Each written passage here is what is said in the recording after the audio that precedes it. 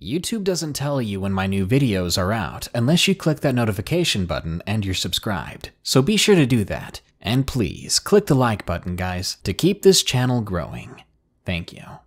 Do werewolves exist? Maybe they are just legends that make great Hollywood monsters. But with things like this mysterious non-dog, non-wolf creature devouring people's livestock in Montana, just go to show you that new species can still be discovered and even created. You're watching Darkness Prevails, the best channel to share your real horror stories with the world, because this world is a strange one. Today, we're going over 5 allegedly true stories from people who claim to have encountered werewolves.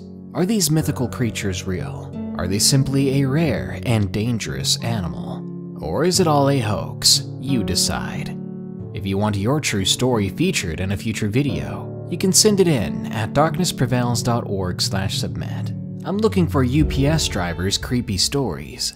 Now then, lock your windows up tight. You don't want something crawling inside. Number 1. Werewolf Encounter on Vacation. Submitted by Rayan. Every year on my summer holiday for the past 14 years now, I've been going to Ardèche in southern France. My family and I always stay on a camping site near an ancient little village in the mountains. It's one of those villages that slowly turned into a ghost town because most people moved to the city. Now, the people there are very kind, but one thing that actually amazed me is that almost all of them believed in the existence of werewolves, otherwise known as loup-garou in French. This might be because of the werewolf trials in France in the 17th century. Many people's lives were taken back then because they were accused of being werewolves. I like going to small villages like the one we camped near to. I often went there to take pictures of the beautiful old buildings. But when I came to know that these days, the people of the countryside were very heavy with their supernatural creature beliefs, I decided to ask one of the villagers if it was actually true, if they believed it as well, and why they did. The man I spoke to was very kind and open at first, but when I asked him if and why people here still believe in the existence of werewolves, he got awfully weird, and there was a serious and scared expression on his face. He replied that we shouldn't discuss this outside on the street. He led me over to his nearby backyard, away from the prying ears of his neighbors. When he got us both something to drink, he said with a timid voice, and said that the town had a strange secret since the Second World War. He told me that what they believed to be a werewolf has been stalking around this village and the nearby countryside. He believes that it lives in this very village. He said that the beast had never attacked any people so far, but on the full moon, you can actually hear a sinister howling sound coming from the nearby woods, and that sometimes cattle had gone missing or had been found slaughtered. Since this area was part of a huge national park, so it wasn't strange that you could encounter some wildlife, like deer or boar on the road or near your own home. But the man said that everyone, or at least all the elderly people, have seen it and believe the town's secret to be true. Some rumors suppose that the werewolf had been heard or even seen inside the village itself. While I listened to the man's story, I thought about going through this village again at night to explore the edge of the woods. I wanted to know how true this was, wanted to know what they thought was terrorizing them since World War II. Was it simply a rare species of animal? Or is it like the movie show, a werewolf that passes on its curse to someone else? I wasn't sure I believed any of it, but I wanted to.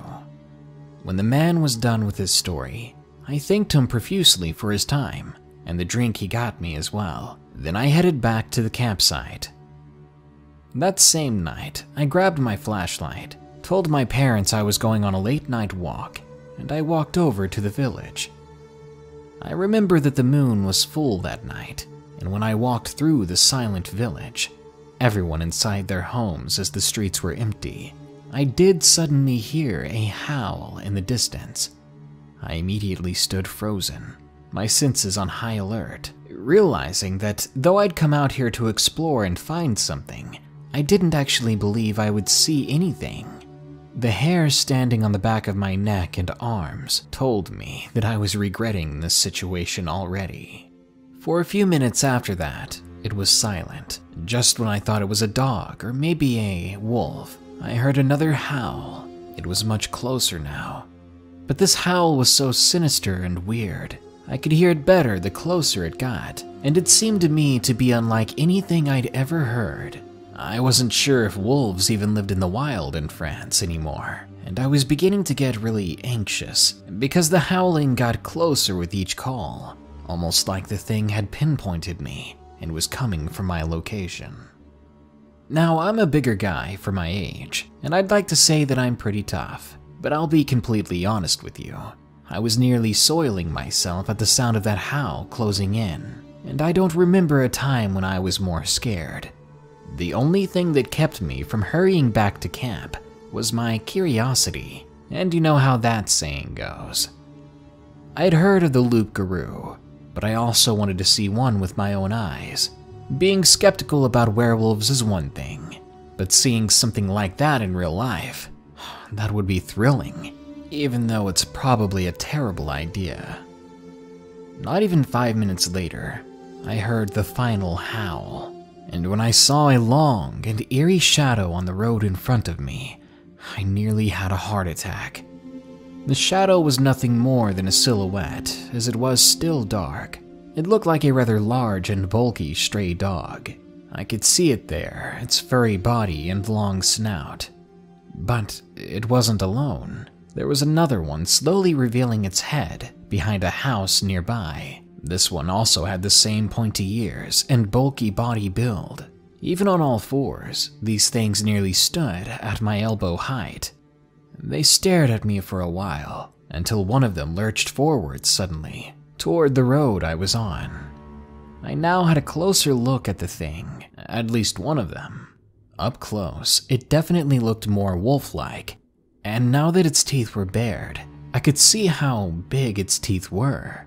Its eyes reflected a cold ice blue in my flashlight, and its body seemed to be hunched down rather than just on all fours, more akin to a gorilla walking around rather than a canine. And I could see just how muscular the thing was, reminding me more of an athletic pit bull. I was frozen, and I was both amazed and scared. I remember thinking that you should never turn your back on a wild animal and start running away. So I simply began to walk backwards, slowly, staring into the eyes of the creature in front of me. But for every step I took, the thing took one as well, keeping pace with me and snarling. I walked a little faster, but as I was going downhill, I needed to watch my steps, because if I fell, those things would be on top of me, and I would be food in no time. The animal was still following me and snarling. I soon noticed that it was actually gaining on me. I began to panic, and I walked even faster. I knew better than to look away from it, though. I was nearly at the edge of the village now, and I grew a little excited, thinking I was nearly back to my family. But then I realized, outside the village, that would be an even better place for them to attack. Surely, though, if they wanted me, wouldn't they have gotten me already? Maybe I was just hoping it was being territorial and simply wanted me out of the town. When I finally passed the last buildings at the edge of the town, the creature halted and just stood still. I was overjoyed. Maybe they were just territorial. And where the village began, the animal's territory ended. But I didn't stop, and I didn't stop looking back at them. I simply backed away even faster than before. I kept watching the one that stood at the edge of the village staring back at me until I could no longer see it. And from that moment, I ran the 2.5 miles back to the camping site as quickly as I could, continuously looking behind me to see if I was being pursued. I blazed back to the camping site, and when I got back, I collapsed. I was exhausted, and my adrenaline had been pumping for so long. My parents asked me what was going on, why I'd come back running like the devil was after me. But since I knew my dad wouldn't believe my story, I ended up telling my mom what had happened. I was in disbelief of my own situation, so it kind of comforted me when she confirmed that she had heard a creepy howling coming from the woods. Even my dad said he had heard it too. That night, I could barely sleep after what had happened, and the following day I went back to the village to see the man, the guy who told me the story originally. When he opened the door, I told him that I had to tell him a story. We sat down in the backyard again, and I told him what happened the previous night. He listened closely to me, and after I finished the story, the man admitted that he already knew, because he and a number of the other villagers from their homes had watched the scene unfold. Number 2. Werewolf at My Mom's House, submitted by NovaCat12. We lived in southern Arkansas in Dallas County. Since my parents had been divorced since I was 3, I lived with my father. I asked if we could go over to my mom's house one Saturday, and my dad said yes. So I went over to my mom's place to spend some time with her and chat. We hung out, and later that night, her and some friends decided to play some Dungeons & Dragons. We played for around 2 hours. My mom's place can get pretty hot, so I asked her at one point if I could go outside to cool off. She said that I could, and we could pause the game for the time I was outside, make it a little break time. Now, my mom lives in the countryside in Arkansas River Valley, a few hours from where I live. Near her place, there's this dirt trail to the front of her house. At the time, it must have been 11:30, but I can't be sure. I decided to walk that trail for a few minutes.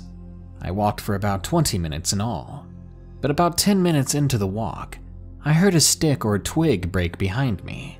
I was startled, and I turned but didn't see anything. So after a moment of silence, I kept on walking down the path. I didn't hear anything for another 6 minutes, but this time, it sounded much closer. I was startled again, and I was beginning to get creeped out, so I decided maybe it was time to get back to my house. A few seconds going back, I saw something in the middle of the road. I don't think it saw me, and I was glad that it didn't. The thing was on all fours at the time, but still stood at about 5 feet tall. Its legs were bent back like the ones of a dog or cat's would be, and from what I could see from the moon behind the clouds, it had a reddish-brown fur color.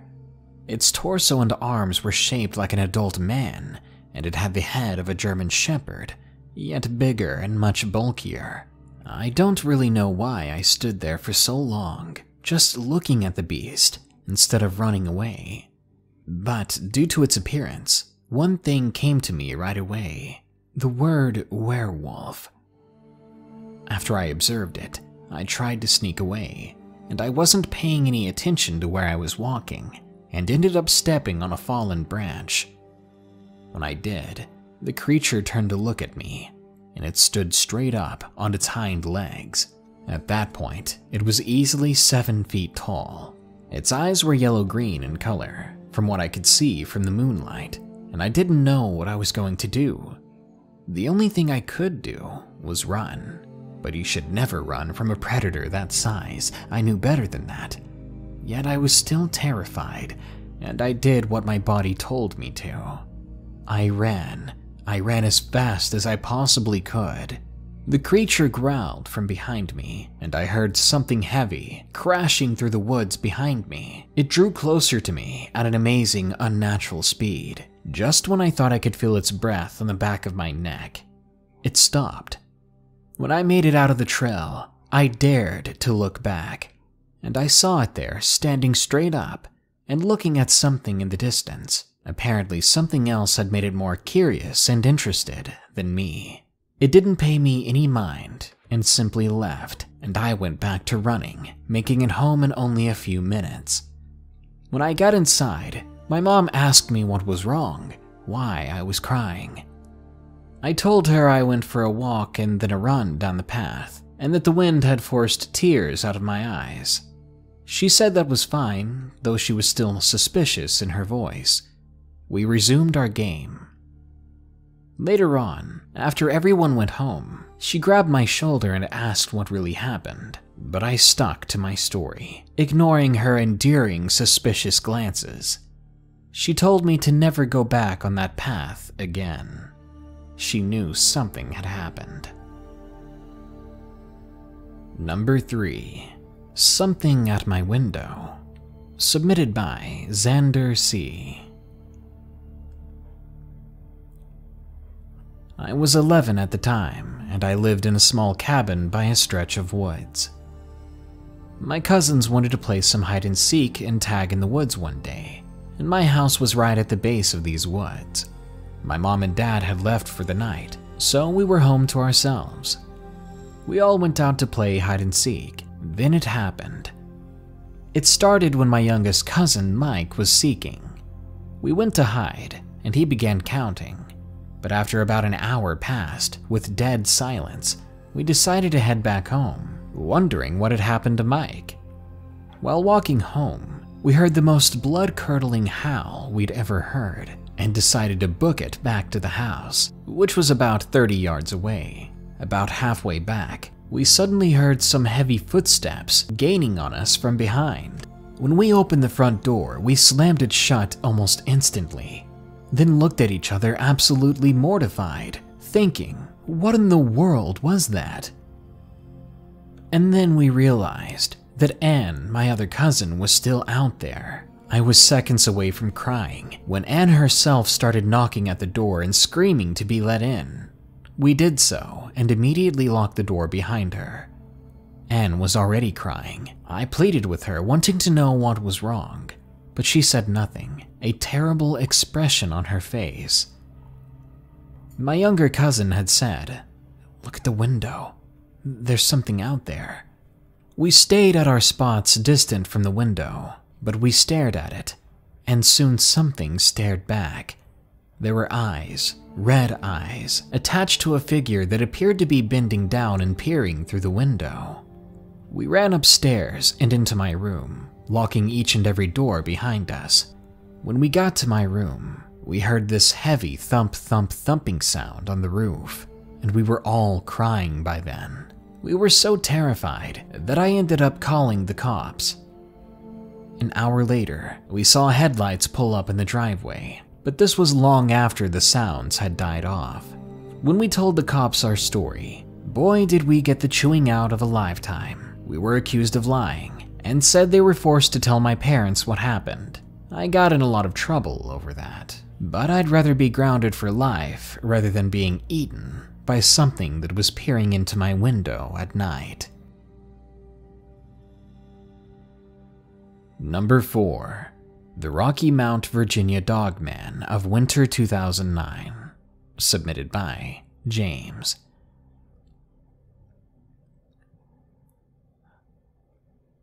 The story I'm about to tell you takes place about 8 years ago, back in the summer of 2009, when I was only 15 years old. As a 15-year-old, I was pretty quiet, and even selectively mute. I kept to myself because it was always difficult for me to deeply connect with other people, and to be accepted by them, due to the fact that my ideology was labeled as eccentric, because I always deferred from the rest as if I was trying to argue, but that was simply how I expressed myself. As for my hobbies, they just simply weren't appreciated by everyone, so I didn't really have any friends.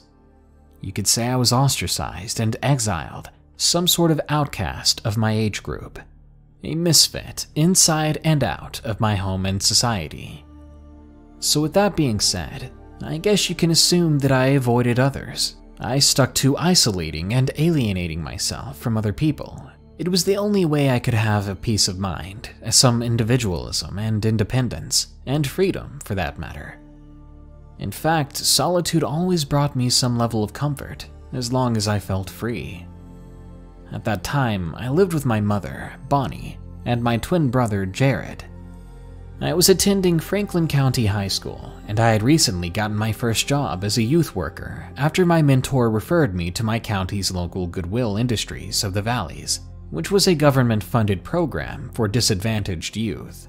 I worked for Goodwill for roughly a year before I was terminated due to the funding of the program expiring. Our responsibilities and duties consisted of things ranging from warehouse work, such as taking in and organizing donated clothes and merchandise, doing inventory, stocking, zoning, cleaning, and other days we would carpool out into the neighborhood and participate in community construction projects. All in all, they kept us very busy. One winter evening, the sun was setting, and we were finishing up carving an elderly woman's driveway, freeing up the thicket of snow that had accumulated prior from that night's snowfall. That day, the group of workers consisted of myself, my twin brother, and a number of male and female peers of mine that were mutual students from the high school. The group consisted of about 5 or 6 people, excluding other Goodwill staff members. I was positioned in the back near the woods by myself, with my twin brother in the front, and our other group member on the far side of the house, further ahead of where I was. After about 15 to 20 minutes had passed of shoveling and chucking snow to carve somewhat a decent path, I heard a twig crack in half very loudly. I knew something was moving around behind me in the brush, making the brush and the bushes behind me rustle, as if something was treading through them while entangled, trying to get itself free. Having the rational mentality that I had back then, I assumed that it was a neighborhood dog, or something from the owners of the home or a nearby neighbor. When I looked behind me to see the source of the sound, I immediately dropped my shovel out of shock. My blood ran cold, and I felt a fluttery sensation in my chest that rose up in my throat, as if I was choking on my pounding heart. I met the golden glinted glare of a tall and lanky figure that had the body of a grizzly bear and the head of a dog. It was covered in matted jet black fur with dagger-like teeth and a set of large fangs bared. Its snout was tensed and its eyes were squinted, giving me an angry and hideous look of hostility, as if it wanted to rip me to shreds right then, right there. But it did nothing. It simply stared at me, not moving a muscle. The figure stood on its hind legs from its crouching position, and I swear it measured up to about 8 or 9 feet tall. I saw it open its maw as if it were about to speak. I swear I saw it mouth something, like a human would. And with that, the figure fled back to where it came, out of sight, but not out of mind. For the rest of that day, that scene replayed itself. I could almost hear its voice in my head, a deep, guttural, demonic, cold, rattling thing that sounded long expired and dried up. I never told anyone about what had happened that night, about what I had experienced. I feel I don't need to. No one would have believed me anyway. This may be something that I take to my grave. And number 5, My Dogman Encounter, submitted by Gavin C. I'll admit it, I'm a paranormal and monster fanatic. I read and listen to a whole bunch of scary stories, and I also watch some of the lost tapes every now and then, and never fail to enjoy myself. I know if I shared this story with anyone else, they wouldn't believe me and they would say it's just from those stupid shows I always watch. But this is far more than my imagination. In fact, it's not my imagination at all. This happened 2018, March 9th. We have a chicken coop out at our place in a small town in Nebraska, and every night I go out to shut them up so nothing gets in there. We have around 27 chickens, and we lose maybe 1 a year due to weather or the chickens just pecking at each other. Overall, it's not so bad. Whenever we do lose a chicken, we throw it into the tree pile behind the coop. The bodies will normally get picked up by a coyote after a few days, or some other scavenger. Well, one morning I saw that we had just lost a chicken, so I threw it in the usual pile after I finished feeding and watering the rest. Later that day, when it got dark, I went out to do my normal nightly routine. That night, there were coyotes in the cornfield across the road, as there usually were. So I went out, and I always have my LED flashlight with me, so I turned it on and headed over to the coop. As I was walking out to the chicken coop, the coyotes yelped, then went silent, and so did my dog, who was usually going insane because of the coyotes. I was a little bit freaked out, but I kept on going to the chicken coop, at least to just get it over with. I shut everything up. I was just about to get my dog and head to the house, finally done with everything. But then I heard something moving behind the chicken coop. I figured it was a cat or coyote getting a little too close, so I went over to scare it off. I didn't want to lose any more chickens. But as I walked up, I could hear something growling and more movement. Then I heard a terrible sound, the sound of flesh being ripped from bone. I ran behind the chicken coop. Bad idea. When I rounded the corner, I immediately froze, and there was a figure taller than I was, a creature that had managed to grab one of the chickens before I shut the door. The thing was huge in terms of muscle, like my football coach, but taller, minus the coyote-looking head that it had.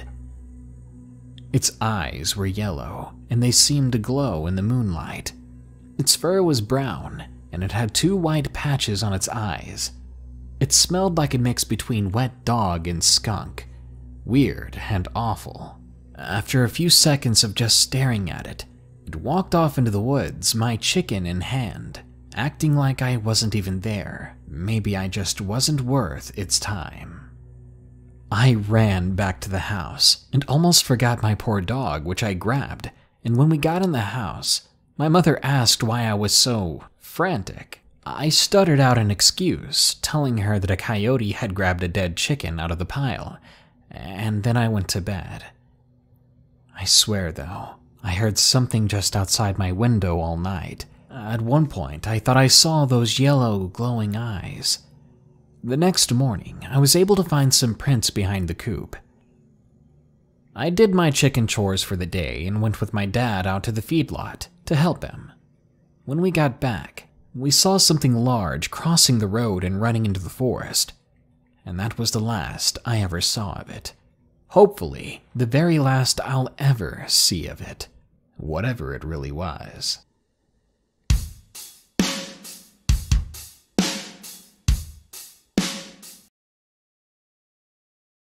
Who needs a full moon? Now's as great a time as any to be eaten alive. This is Darkness Prevails, the place to share your creepiest true stories with the world, because this world is a strange one. The werewolf may be the most cited cryptid or unknown animal in history. A few hundred years ago, in fact, a strange wolf-like creature devoured hundreds of villagers in France. A creature that was seen to sometimes walk upright. And even today, the dogmen are sighted frequently in Michigan and Wisconsin. So today, enjoy these allegedly true sightings of real-life werewolves. Remember, you can share your true stories with us with the links in the description. And why not bring in the new year with some Darkness Prevails merchandise at morbidmonsters.com. Real quick, here are the first 5 comments from my previous full video. DSO delivers a classic one-liner with applesauce. Thank you for your age-old wisdom. Matthias says, yay, so excited. I do feel giddy myself being back.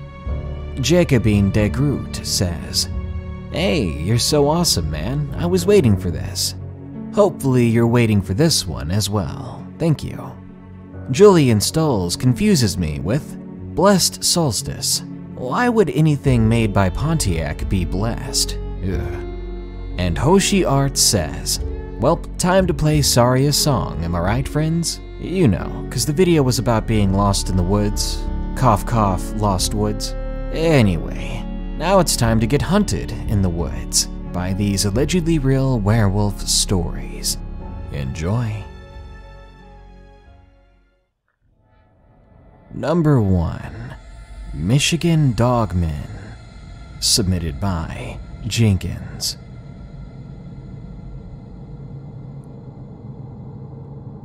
I've had some very interesting experiences with the supposed dogmen of Michigan. The first encounter I had with these curious and strange beings was calm and serene, believe it or not. It felt as though I wasn't in any danger and everything was okay. But my second encounter was deathly different, and it left me with a feeling of dread and worry and fear. Both encounters took place within 2 weeks of each other, at night, in the same rough area, and there happened to be snow on the ground. I'll begin with the first. Though I've had to move closer to Detroit for a better job and education, I still frequently go out into the country to visit my grandma. She and my late papa took me in when I was a teenager and raised me upright. Since she stays up late, I frequently go over later in the night, and I smoke with her a while before going to bed and spending the night there. My first encounter took place in the second week of December of 2017, on one of these such nights. I'd left the small town of Emmett and was passing by the old country market on the corner of the crossroads of the paved road and the dirt road that my grandma lives on. It was a rare occasion, as I hadn't turned on my radio, and I was mainly just contemplating where my life was going. You see, my dad passed away in early June of the same year, and I'd found myself in an overpriced apartment with our remaining family dog and my new cat. It was a nerve-wracking change, and I was soon thinking over all the things that could have been and would never be anymore. The slow speed limit on this road gave me plenty of time to ponder over my life, and it also let me feel a distinct change in the scenery. Up ahead, the treetops seemed to move far less. Sure, the forest would block a lot of wind from moving bushes and dead cattails, but the treetops usually moved freely with the wind. The only reason I noticed how still the night was because my eyes were drawn to the bright moon, acting as a sentinel to all the nighttime travelers. On the other side of the road, the treetops were swaying and bending to the wind's whims, but for some reason, on the right side, they were like statues. It struck me as odd, but it didn't scare me, really. Deciding to check out what might be going on in those woods, I slowed to a stop in front of them. This was the area that divided my grandma's property from her neighbors. At first, my eyes noticed nothing as they adjusted, but once they were fully adjusted to the dark, they did focus in on something. The figure, it was dark brown with touches of black and white. It was fur that I was looking at, and then I saw a face as well as a tail. The animal was on all fours. It looked similar to a massive husky or malamute of some sort. I was genuinely concerned that someone had lost their pet, so I began to grab a Slim Jim I'd bought and some of my cheese crackers, hoping to lure it over. The thought that this animal may be aggressive never even crossed my mind, since my gut was telling me it was safe. I've found lost dogs before in these woods and had managed to get them to come with me at night, so this was really nothing new. Cracking open my car door slowly, I stepped out into the frigid air and began to approach the edge of the woods. Without the dark tinted windows limiting my sight, I could see the large dog was staring at me. It had the most human-looking blue eyes. They were deep and vivid and emotional. All the regret and sadness I felt from overthinking life in the car ride began to vanish away from my mind. My mind was instead releasing the negativity and overcome with serenity as this beautiful creature's stare persisted, as if it was telling me everything was going to be okay. I'm not sure how long I stood there, gazing into those blue eyes, but I was almost shocked out of my daze when this thing that I thought was a dog stood up on 2 legs. then sprinted away like a human jogger. It took such long strides that I knew I couldn't have kept up with it if I tried. In seconds, it had disappeared into the night. Due to the clear moon, I should have been able to see it better, but it seemed to just wisp away with the wind. And speaking of which, oddly enough, the wind was once more rocking the treetops. I stood there, outside my car, leaning on the passenger side for several minutes. Curiosity and wonder were coursing through my veins, and my need for answers held me to my spot. I wanted to see if I could see the gentle and wonderful creature once more. Once my nose began to go numb, I forced myself back into my car and drove the 20 feet to my grandma's driveway. Once in the house, I asked my grandma if she had seen anything, but she hadn't. But her dogs were very much on edge, and they were looking out the windows constantly in her bedroom because her windows faced towards that same stretch of woods. They weren't angry. They didn't have any fur standing up. They just looked out the windows attentively, as though they weren't sure how to feel about whatever they were seeing or waiting for. After seating myself across from Grandma at the table to smoke, I told her of my sighting of the weird giant dog, and I told her of the way it walked on 2 legs. She said she had never seen anything like it, but she did believe me. I was told that I was crazy for ever leaving my car for a giant dog like that. Whether my gut told me it was safe or not, my grandma didn't trust stray dogs, let alone some werewolf. We dropped the matter after I was scolded and continued to smoke cigarettes while we chit-chatted and caught up. The second encounter was like the reverse side of a coin. It left me unnerved to my core. Once again, it happened within a mile of my grandma's home. This time, it was coming from the back way home from Yale. It was just before the turn on my grandma's road. Snow was coming down fast, and the wind was picking up the tiny flakes and gusting them, so you couldn't see 10 feet in front of your car. Which is why severe alarm bells went off in my head, when suddenly, the snow completely stopped. I slowed down, and just as I did, one of the upright, giant husky things took 2 strides across the street and paused near a street sign. It was at least 3 feet above the top of the sign. It was so tall, and it had molten malice in its yellow amber eyes. We locked gazes, and I felt my heart sink to the bottom of my chest. I had to get out of there. Whatever this one was, it felt angry. I didn't feel safe. It was dark black with gray touches on its face and mane, and it was definitely not happy to see me watching it traversing the road. The predatory look it gave as it turned its body to face my tiny 2001 Dodge Neon was enough to get me moving out of that area as quickly as the snow would allow. But as I drove, the thing began to come at me, like an animal chasing you away from its territory, and in that moment, I'd never felt more like prey. I wasn't sure if my car could even outrun it. With the size of its legs and the length of its strides, it easily outpaced me on the snow-covered roads.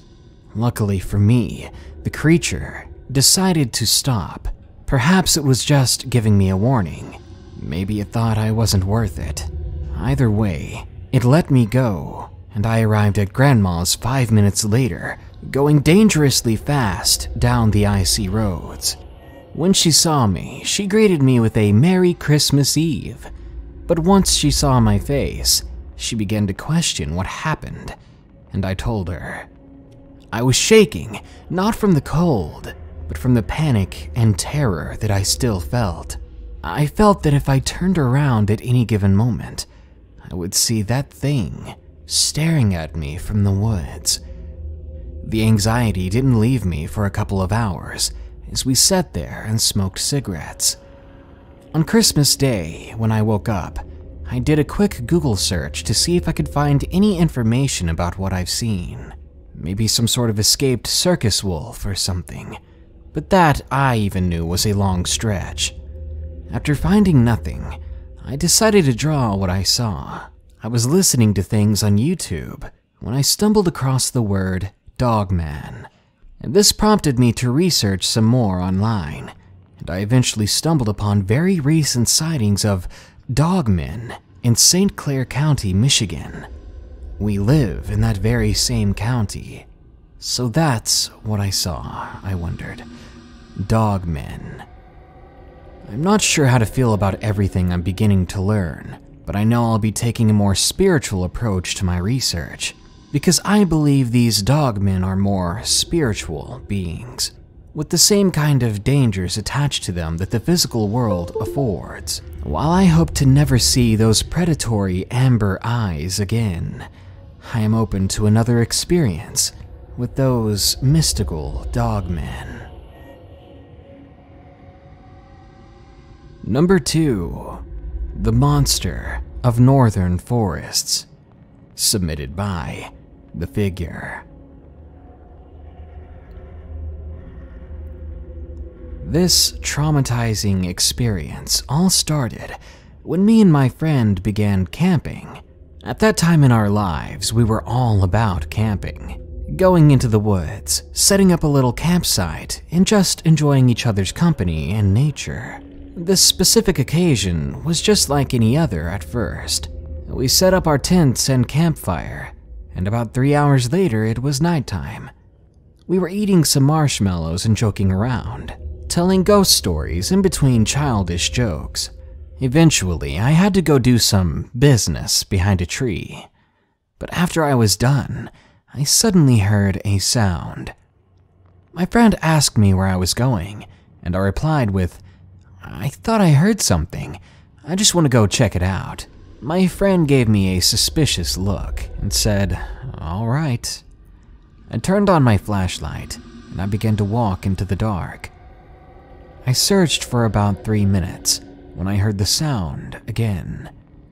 I went to where the sound was coming from, scouring the entire area. After I checked it out, I said to myself, maybe it was my mind playing around with me. I hadn't seen anything, and I know that sometimes in the woods, when you hear something you don't recognize or something strange, you often jump to some very freaky conclusions. Could have been nothing more than a branch falling from a tree. I went back to my camp, and my friend and I went to bed. My tent was cozy and warm and next to his, and I honestly felt pretty safe, even in the middle of those forests. So I didn't expect to wake up a few hours later to another sound. I slowly grabbed my flashlight and I clicked it on. I began to climb outside of my tent. It felt darker than it was before. I don't know if that makes sense, but that's just how it felt. I'd taken maybe 3 or 4 steps out of my tent when I shined my flashlight onto an animal. It looked to be a coyote or a wild dog. It was hunched over our campfire, chewing and gnashing at the marshmallows we didn't eat. I could see its paws holding down one of the sticks with a marshmallow on it, the way a dog does. But when I shined the flashlight on the paw, I felt my whole body go numb. Those weren't paw pads like a dog has. They were fingers. I didn't even think about the light from my flashlight giving me away. But after a moment of standing there in stunned silence, with my flashlight still on the creature, the beast finally noticed. I saw its ears twitch and perk up, and then it cocked its head to the side, revealing a toothed maw. I remember thinking, just great. I was in the middle of the woods with a wild dog that was obviously starving. But when the creature stood up like a man, I screamed like I was already being torn into. It twisted its body around and faced me, revealing a vicious gaze and a dog-like face on a body that was far too big to be any natural creature. I did the only thing I knew to do. I ran inside the tent with my friend. I know it sounds like a terrible idea, but with something like that could overpower you and outrun you, in the middle of the woods, there's nothing you can really do. And if I was going to be eaten, I didn't want to go alone. Once inside the tent, I zipped it up, then turned around to see my friend already sitting up in his sleeping bag. "Dude, why'd you scream like that?" he asked. "Scared the heck out of me." I put my finger over my mouth and shushed him. "There's something out there." He crawled over, and against my warnings, he unzipped the flap a bit and looked outside. Through the opening, I could see too, and I saw that the creature was back over the fire pit, munching once more on the marshmallows. "What is that?" my friend said. I could hear his voice choking up with fear. I replied, "I don't know." "What do we do?" he cried, trying to keep back the tears, lest his sobbing reminded the creature that we were there. I was just thankful that it hadn't chased me into his tent. I said to him, If it leaves, we have to run. That's the only way." We sat there for the next hour, listening to the grinding sound as it put sticks and marshmallows between its teeth and chewed, and I couldn't help but imagine that being my arms or legs or bones. It's a curious and painful feeling to not know if your imminent life will be taken, to not know if you are going to be alive within the next hour. Eventually, the creature stood up. We watched through the flap of the tent, getting a full view of how tall it was. It suddenly glanced at us, knowing that we were watching it. It knew we were still there. But instead of coming at us, it turned the other way and left. It vanished amongst the trees in the night, and we couldn't have been happier. Still, we waited another hour before we decided to get up and go. The whole time we walked back to his vehicle, we could hear something in the woods screeching. It was a terrible sound that gave me a splitting headache, and I knew it was that thing. Maybe it was shouting a warning at us, telling us to go away before something happened. The entire drive home, my friend and I didn't exchange a word. All it took was that single experience to keep me and my friend out of the woods for good. And that's what ended our camping hobby. Number 3. It Wasn't a Dog. Submitted by BBN.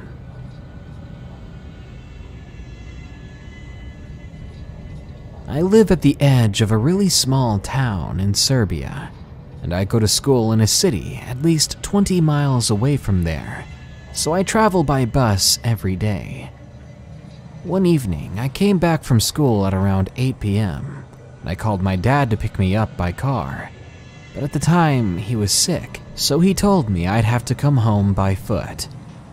It was only a 20-minute walk, so I didn't mind. It was the winter time, so it was already dark out, pitch black. I really enjoyed walking, so I took my time going back home. By 8:30, I arrived at this small wooded area. Obviously, I was definitely taking my time. I could have been home 10 minutes before, but I wasn't in a hurry. Anyway, in this area, there were no streetlights for at least 400 feet from there. I was passing by this small strip of woods when I heard a noise coming from within the trees. It startled me and gave me chills, since out here there wasn't much civilization, and definitely no neighbors nearby. And I was terrified of dogs. If it was a dog, I didn't want to confront it. I decided to start walking faster, but only seconds later, I began to hear the footsteps behind me. I was being followed. I turned around, expecting to see a person, a stranger, maybe even just a dog wandering the streets. But what I did see was some sort of nightmare creature. It was this giant dog-like thing. It was on all fours, and even on all four legs, it was 5 feet tall. I was paralyzed looking at this thing, thinking it was just a dog, just an abnormally large dog. But still, I didn't know what to do. The animal was sniffing the air, and I began to feel a bit of relief, thinking it wasn't aggressive. I was just standing there, completely still, hardly able to breathe. Just when I was thinking that I was being scared over nothing, the dog stood up on 2 legs, towering over me at nearly 9 or 10 feet tall. If you've never seen a living thing towering over you like that, then you probably don't know how much fear floods your whole body. You suddenly feel like a rag doll, a toy that this creature could pick apart if it wanted to. I couldn't believe my eyes. I was terrified more than I thought possible, and I was crying and breathing heavily. It looked at me with those yellow, glowing eyes I won't soon forget. Just as any panicking prey would do, the only thing I could think to do was run, something that experts might tell you is a bad idea when facing down a predator. But it just felt right. I began running as fast as I could down the road, and moments later, I could hear its footsteps gaining on me. Tears were flooding down my cheeks, and I was crying out into the nothingness, into the dark, hoping someone would hear and come to rescue me, but knowing that I was alone in this terrible situation. But then, when I tripped over a rock on the road and fell onto the ground, I closed my eyes and knew that this was it. That this was how it was going to end for me. I could see tears dropping onto the asphalt. But after a while of nothing happening, a while of silence, I stood up and looked around. I was alone again, save for a couple of actual street dogs sniffing me with curiosity and worry. I have a fear of dogs, and I'd usually be running away from them, but in this situation, I felt like I just woke up from a nightmare. I finally picked myself back up and began to walk home, sort of laughing at myself, still in disbelief and denial that what just happened. I've never seen that creature again, and I'm glad that I haven't. Number 4. Werewolf. Submitted by Rachel White 02. This is a story from my aunt. It just happened to her a couple of weeks ago. It was around 10 o'clock at night. My aunt was out in her yard, letting her dog use the bathroom just before bed. As she waited for her dog to do its business, she heard the sound of trash cans being rocked back and forth, like if someone was taking their garbage to the cans. Then there was another sound, another set of trash cans rustling, this time closer, as if someone was going down the block, shaking the cans. When she looked around the yard and nearby, she glanced over to the streetlight and saw a slow, furry creature with its head down, keeping an eye on her, wandering round the trash cans. Then, all of a sudden, her dog started to snarl and bark at the creature lurking near them. That's when she got a good look at it. She said it looked like a bear mixed with a wolf, but a longer back that was kind of curved. It wasn't normal looking at all. It was horrifying. She picked up her big dog and threw the back door open and tossed her dog inside. As she looked back, the creature was only now 2 or 3 yards away from her. It was down on its haunches, as if ready to pounce like some sort of cat. She jumped inside with her dog, and she saw that suddenly the creature looked disinterested. It ran across the neighbors' yards, away from her own home. A few hours later that same night, She gathered up the courage to go to the neighbor's house to talk about what they may have seen. And as she discussed this with the neighbor, she gasped and said, "Oh my God, I need to apologize to my sister." My aunt was confused as to what the neighbor was talking about, but the neighbor explained that her sister was staying upstairs in a guest bedroom recently. She said that she had looked outside of her window and saw a bulky creature that looked like a mix of a bear or a wolf. To this day, my aunt believes her neighborhood was visited by a werewolf of some sort.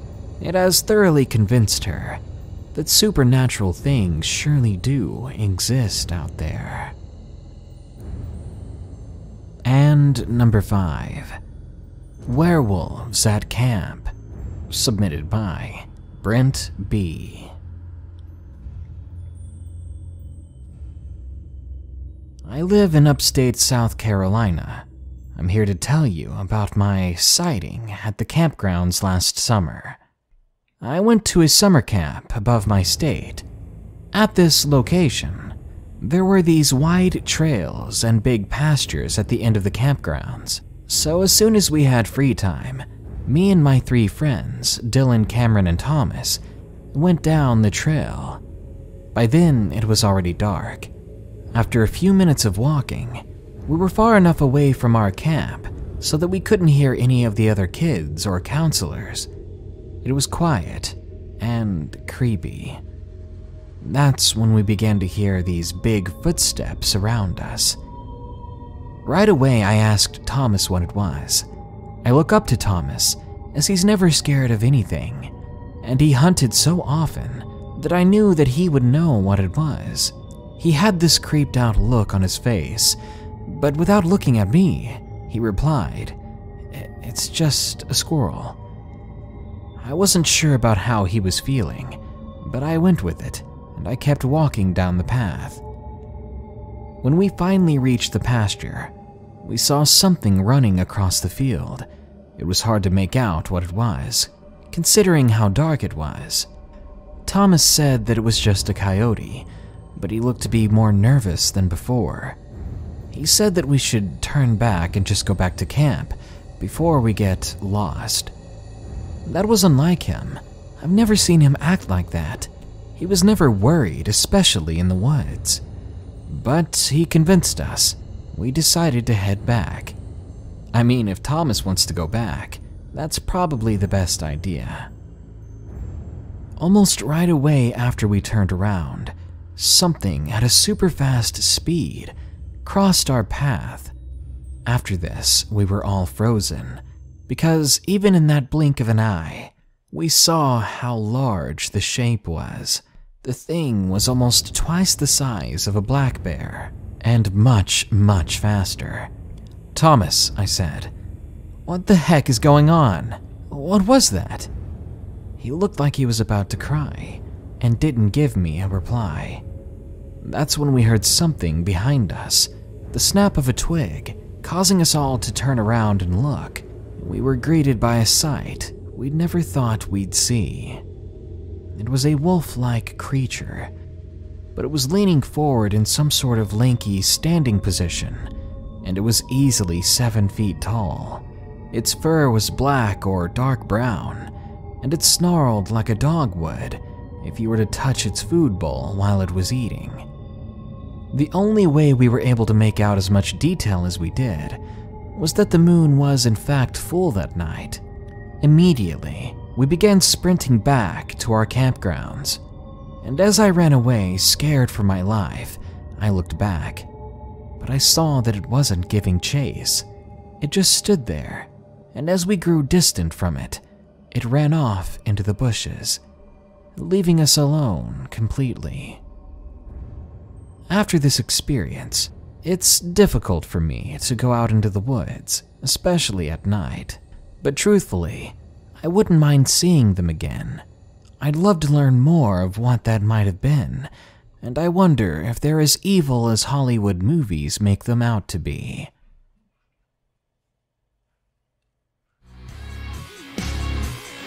I wonder if werewolves go into the city like we do to get Monsters like the Skinwalker and werewolves are shapeshifters, and whether or not you truly believe in them, these creatures have been sighted all over the country, maybe even close to where you live. This is Darkness Prevails, the place to share your true stories with the world, because this world is a strange one. Happy Thanksgiving, everyone. This will be early to some, late to others, and on time for a few. I just want to say a huge thanks to all of you who watch my videos. To all of my subscribers, you're the amazing people who bring these stories of the horror-filled world into a friendly and skeptical community. In my opinion, the best community on YouTube. There won't be an outro to this video.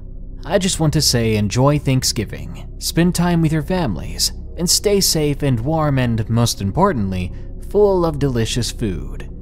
I love you all. This year, it is you I'm most thankful for. Here are the earliest comments from my previous video. Jaden Blackburn says, "I love you videos, keep up the good work." Thank you, Jaden. I hope that black doesn't burn too bad. I hate myself already for saying that. Michael Crouch says, "Yay, night shift. I've never worked the night shift before, but it sounds fun to me." Heroic Gamer says, "I love nightmares." Same here. It'd be my favorite food if pizza didn't exist. AEM says, "Do you enjoy making these videos? Also, hey, you're my favorite." Thank you, and yes I do. Especially when I get to read stories on my favorite topics, which is monsters. And Cassandra Viscara says, "I'm back." Well, Cassandra, you better be back this time. Alright, let's get this overly long intro done with and dive right into those stories. Number 1. The Unknown Monster. Submitted by Paige L. I used to be an assistant manager for a local dollar store, and I did a lot of closing because of school. And I was on a health kick at the time. So one night, while the weather was still good, I decided to walk home after closing up shop with my best friend, whom I'd gotten the job for as the cashier at the same store when I moved up. Her name was Amanda. I lived with my grandma at the time, and she only lived about half a mile away from the store, about a 15-minute stroll in all. It was already dark, but I didn't care. I lived in a nice neighborhood. I mean, the worst we ever got was occasionally a drugstore robbery. Plus, I'd walked this path 100 times before. I knew this town like the back of my hand, yet, for some reason, this night I felt uneasy.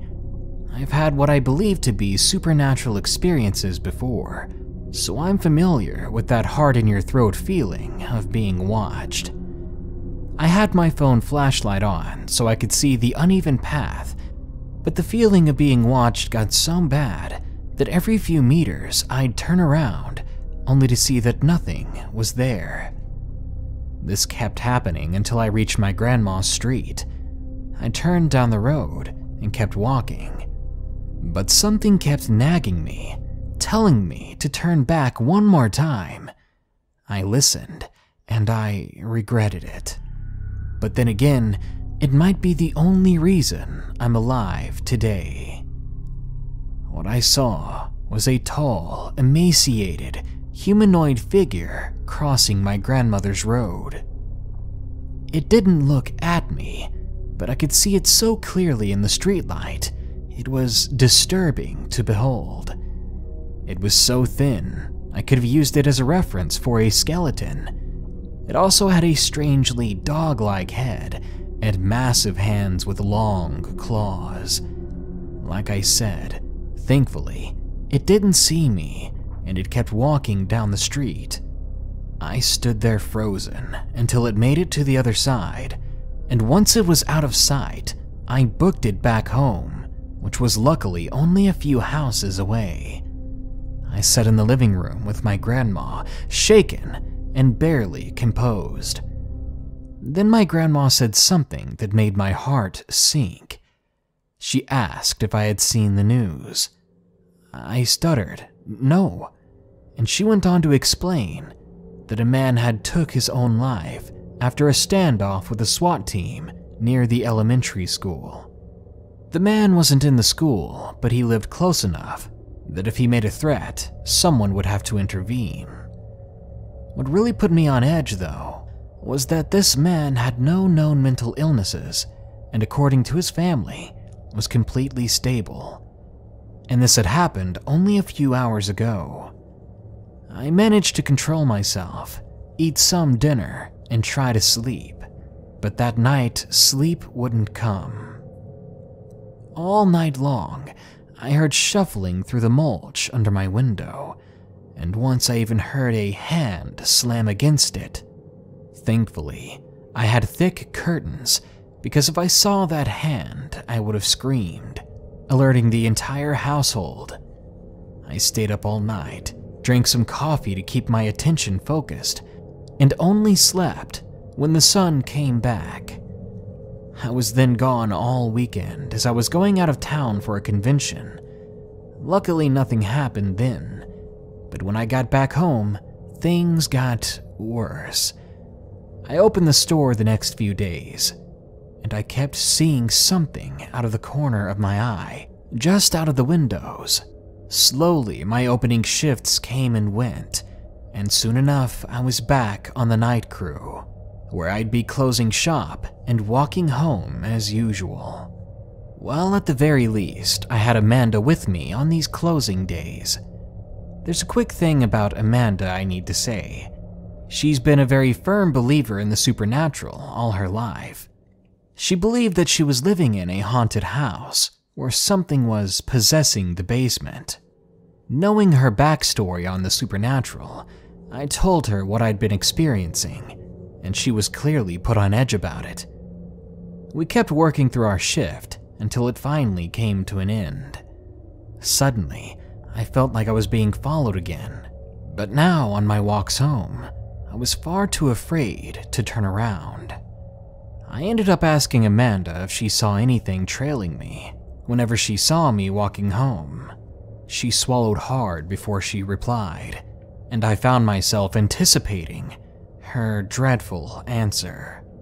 "I didn't want to say anything," she said at first, "because I didn't want to scare you. But the other night, I swear I saw something tall and thin following you home. It wasn't a person, and it was far from any creature I've seen before."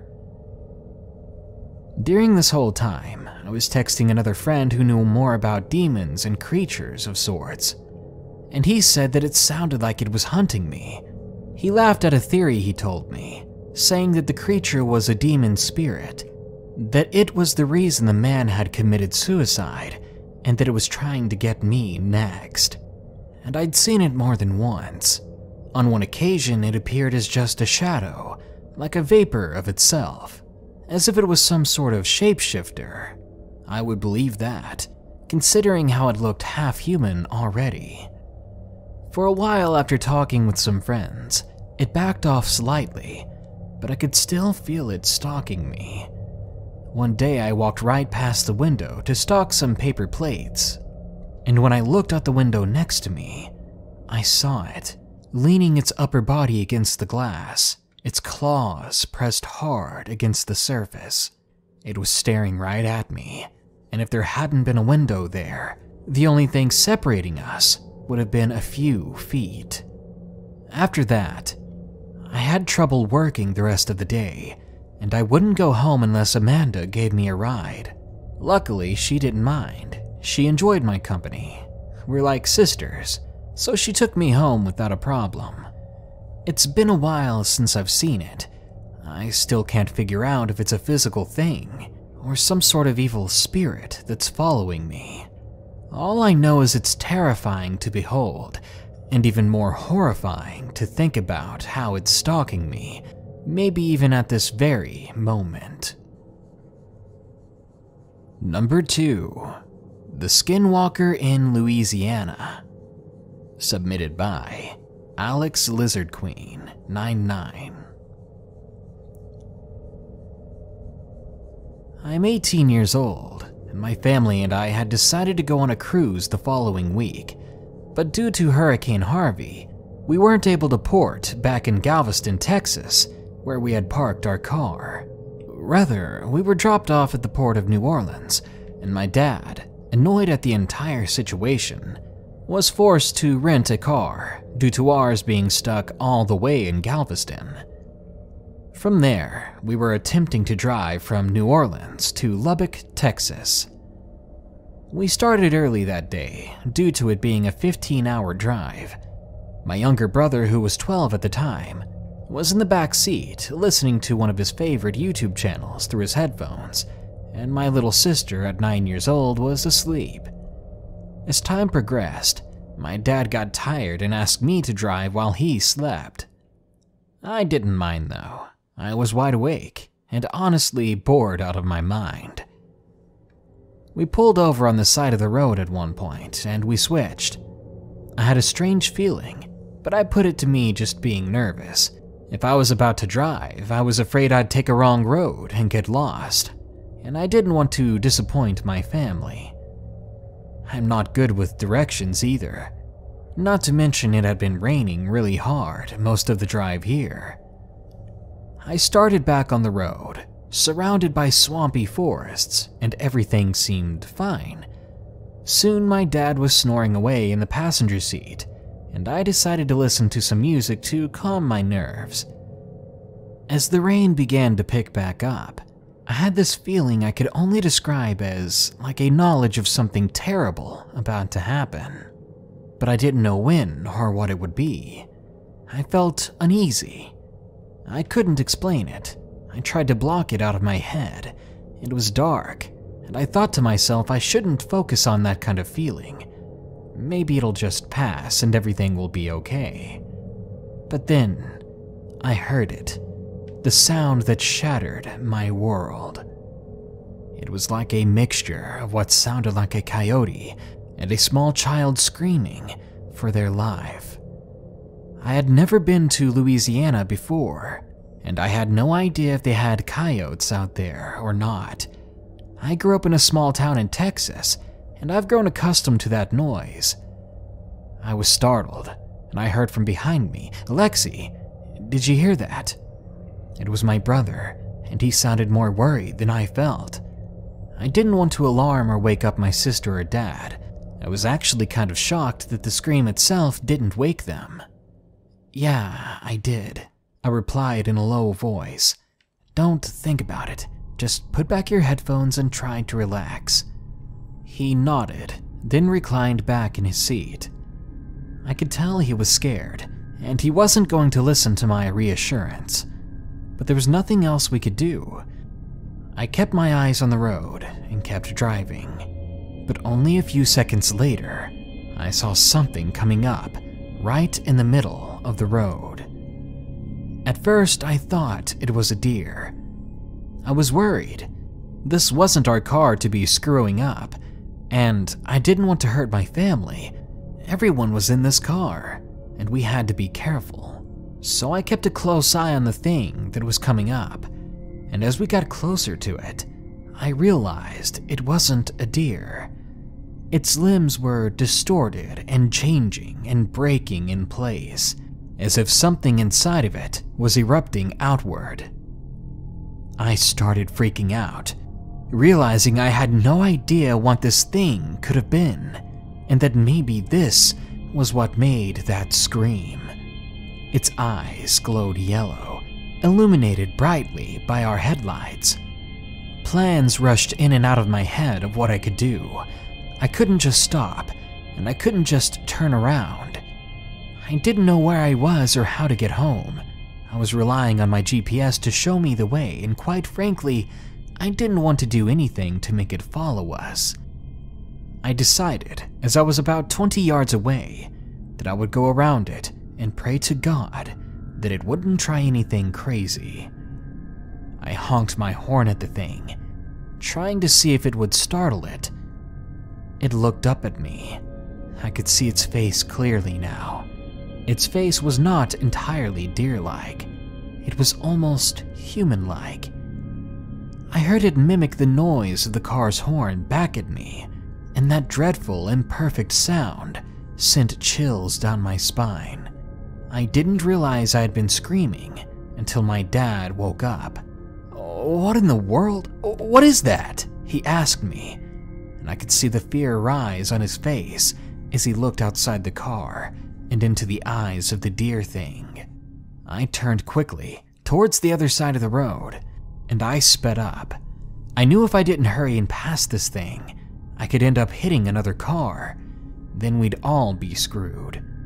As I passed it, the creature stood up on hind legs. It didn't even look physically possible to hold its weight up like that, but it did with ease. In fact, it looked ready to charge. But it didn't. Instead, it let out another cry, like the one before, then slowly walked back into the wooded mess next to it. Relieved that it was gone, but still scared out of my mind, I moved back to my side of the road, and I went twice the speed limit. I drove for what felt like hours, but was probably just 30 minutes. My brother and dad didn't say a word the entire time, and I didn't either. We just wanted to get home. After a while, I pulled over so that my dad and I could switch places again, and I was nearly too scared to take one step out of that vehicle. But once that part was over, I was just happy to almost be home. Even though New Orleans was beautiful and different than my small Texas town, I don't think I'll be going back anytime soon. Louisiana can have its monsters. Number 3. I saw a werewolf. Submitted by Island Breeze 1. A long time ago, when I was just a little girl, this happened. I was 9 years old, living in Washington State, and unfortunately, I was homeless, living with my father in the middle of the forest. But I didn't care if I had a home or not. I loved living in the forest, and I loved my dad. And as long as I was with him, I never felt poor. But I know my father didn't see it that way. He struggled to make money, and I knew that he felt depressed about our situation. One day, to pass the time, I went on a little hike. I never went too far when I went on my walks. I didn't want to get chewed out by my dad, if you know what I mean. I started walking.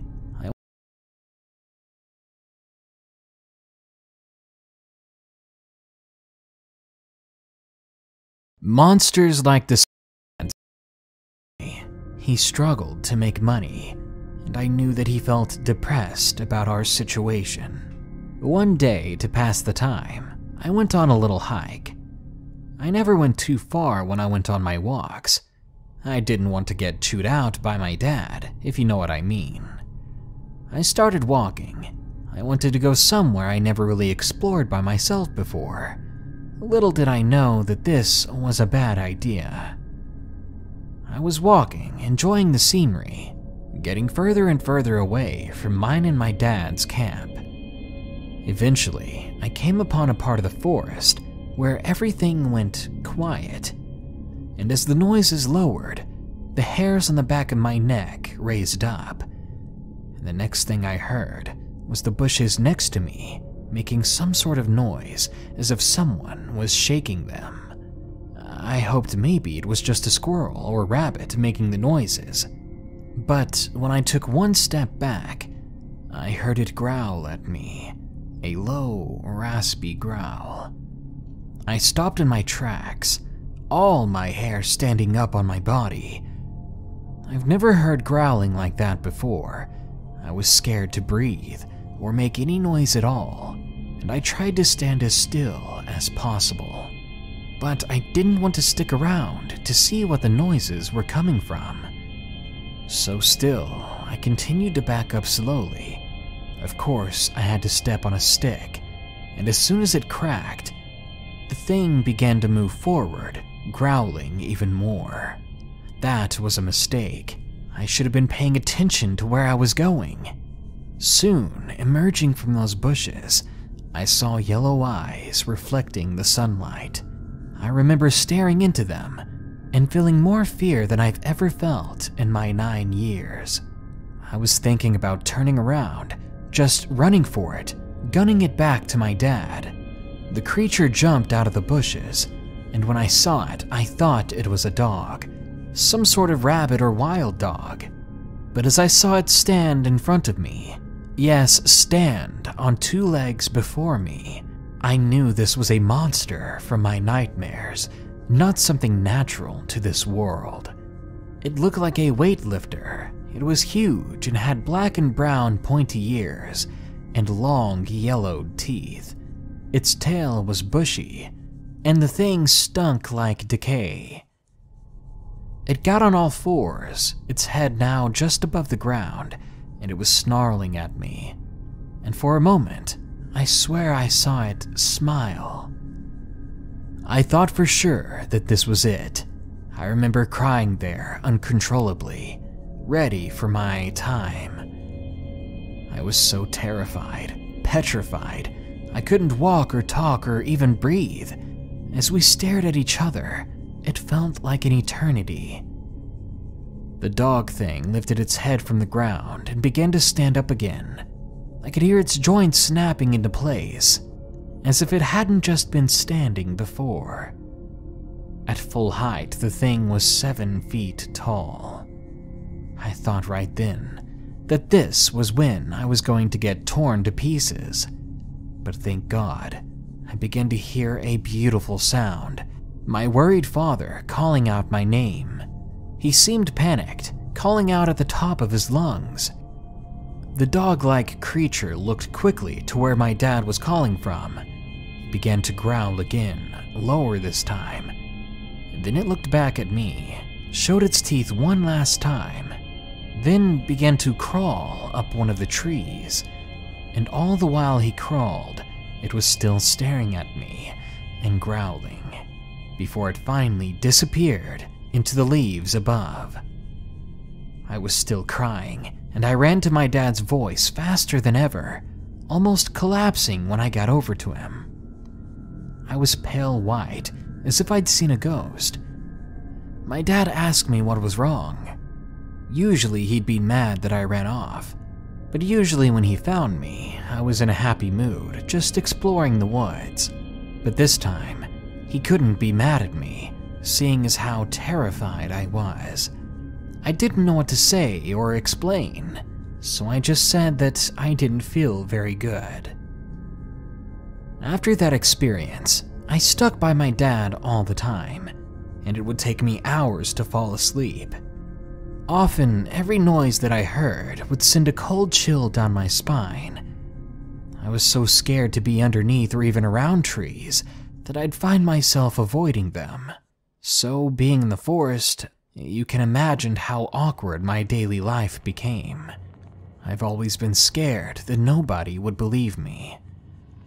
12 years later, I still have nightmares, and I'm still scared of being around trees. I've never went into the woods alone again, and if I ever have to, I'm bringing something with me to protect myself. Be careful when you go in the woods. There are some undescribably horrifying things out there.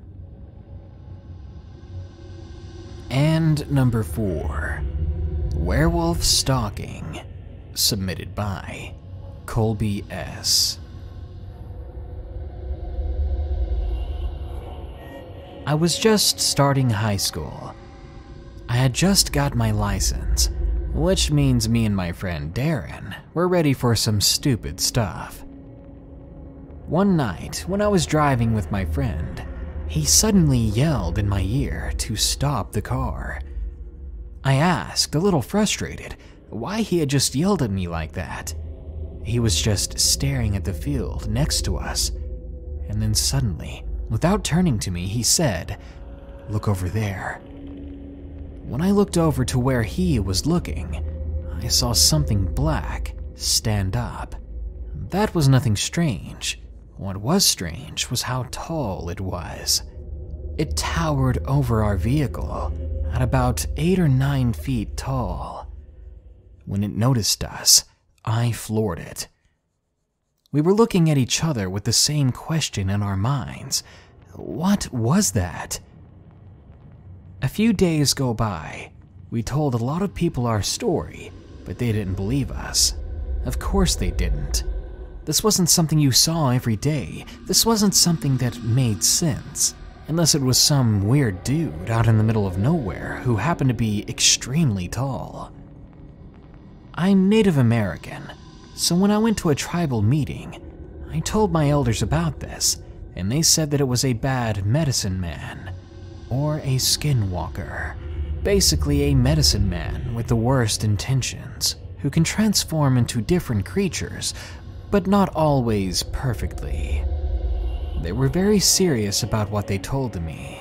The elders said to be careful and to not speak of it, because that could lure him towards me. Once the meeting was over, I was very shaken up. I climbed into my car and was about to leave when I looked over to see something looking at me with bright yellow eyes in the nearby forest. Already a bit creeped out, all I could do was stare back at it.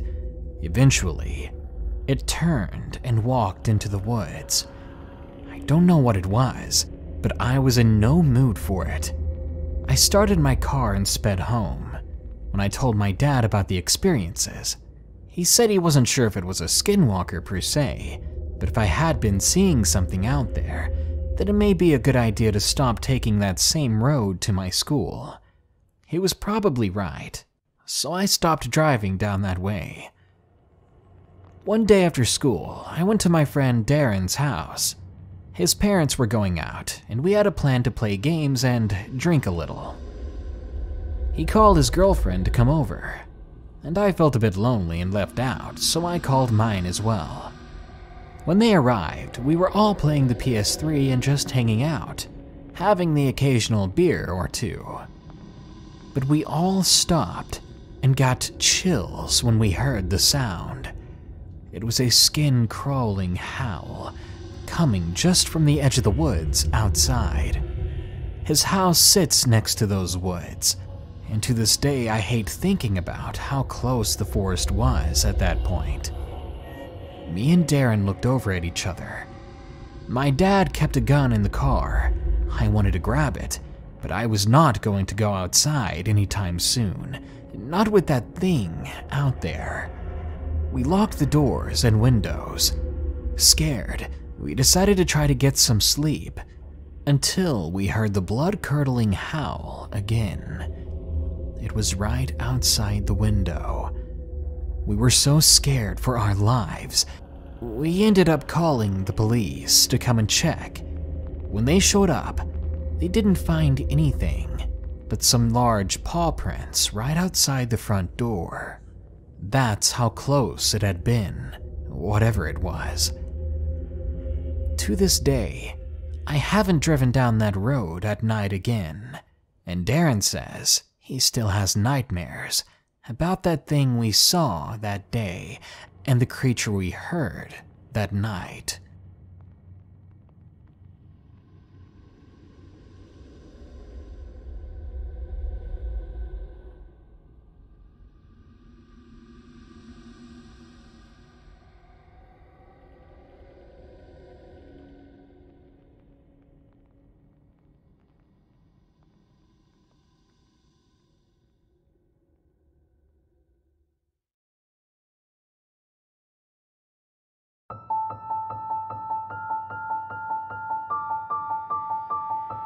The full moon always comes back, but unlike the creatures in Hollywood films, these werewolves don't care what the moon looks like. This world is a strange one. It's my favorite movie creature. It's an animal that has haunted my dreams ever since I can remember. It's a creature my own brother claimed to see near our home. The werewolf, half man, half wolf, but completely petrifying to behold. Now that Halloween is coming up, be sure not to get caught in their paths. enjoy these allegedly true sightings of real-life werewolves.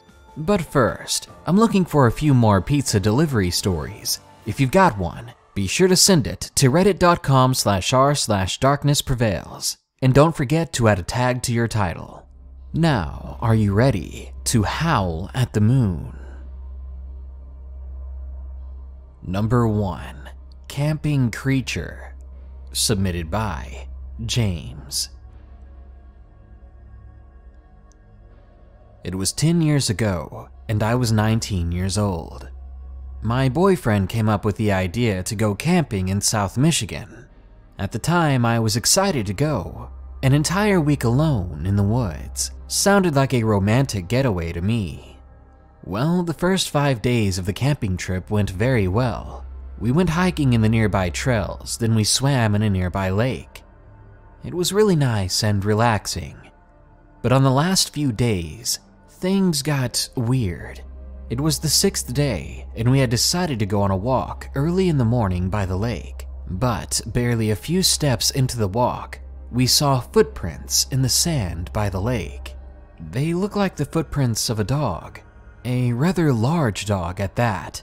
Upon closer inspection, these prints were 7 inches long. Not knowing what exactly made them, we assumed it was maybe a bear. But still, that didn't calm our nerves, because if a bear was out there, we didn't want to be anywhere around it. We weren't easily frightened, so unfortunately we decided to stay, not giving the prints a second thought. From that point on, I constantly felt like I was being watched. It was like I was being followed no matter where I went. Even if I was alone, I could feel eyes on my neck. Eyes like lasers burrowing into my skin. After having our lunch, my boyfriend Henry came up with the idea to walk in a direction we had not walked in before. The moment we set out on a new path, I felt awful. That feeling of being watched intensified tenfold. I was hesitant, but I said nothing. I didn't want to ruin our good time. 25 minutes into the walk, I began to feel better. My rational side told me I was just being paranoid. Maybe I was just getting anxious because we were out there for so long. But soon after, I began to smell something rank. The smell brought tears to my eyes. I doubled over, then looked at my boyfriend. I could tell that he was feeling the same way. He had this look in his eyes that was worried and grossed out. The smell was like rot, like several weeks old hamburger or something like that. That was enough to get us to turn back and head towards camp. The smell was so powerful, it was like the smell itself was following us back to camp. Or perhaps it was whatever was making that smell. This thought made me speed up into a slow jog, forcing my boyfriend to do the same. Soon we came back to the camp, and fortunately the smell was now gone. Both of us decided to stay here for the rest of the day, as there wasn't enough sunlight left, maybe 2 hours. Later on, when it was nearly night, with just a few scattered bits of sunlight remaining in the sky, that kind of deep purple and pink sunset, we had just finished cleaning up the scraps of leftover food and paper that were the remnants of our dinner, when Henry said, "Wait, do you hear that?" A few silent seconds passed as I listened. I heard nothing. "Well, I don't hear anything," I said. "Exactly," he exclaimed. "It was loud a few seconds ago, animals, insects, all over the place. But now, nothing." The thought of it made my heart race. We rushed to the false safety that was our tent. We zipped it up tight and stayed there silent for a while. Eventually, as nothing else happened, we felt calm. We talked for a while and eventually fell asleep. Not too long later, I woke up in the middle of the night, immersed in that strange feeling again. And then I smelled it. The smell from our walk. It was somewhat faint, but there was no mistaking it. I slowly nudged Henry to wake him up, but he was already awake as well. He said he'd been up for the last 10 minutes. He told me he couldn't move because he was so scared. Slowly, the full moon slipped out of the clouds in the sky, and light lit up the dark outside of our tent, and both of us saw it. A tall, hairy, dog-like shadow. This was enough to leave us petrified, but what was worse was this shadow appeared to be on its rear legs, legs that looked like dog legs.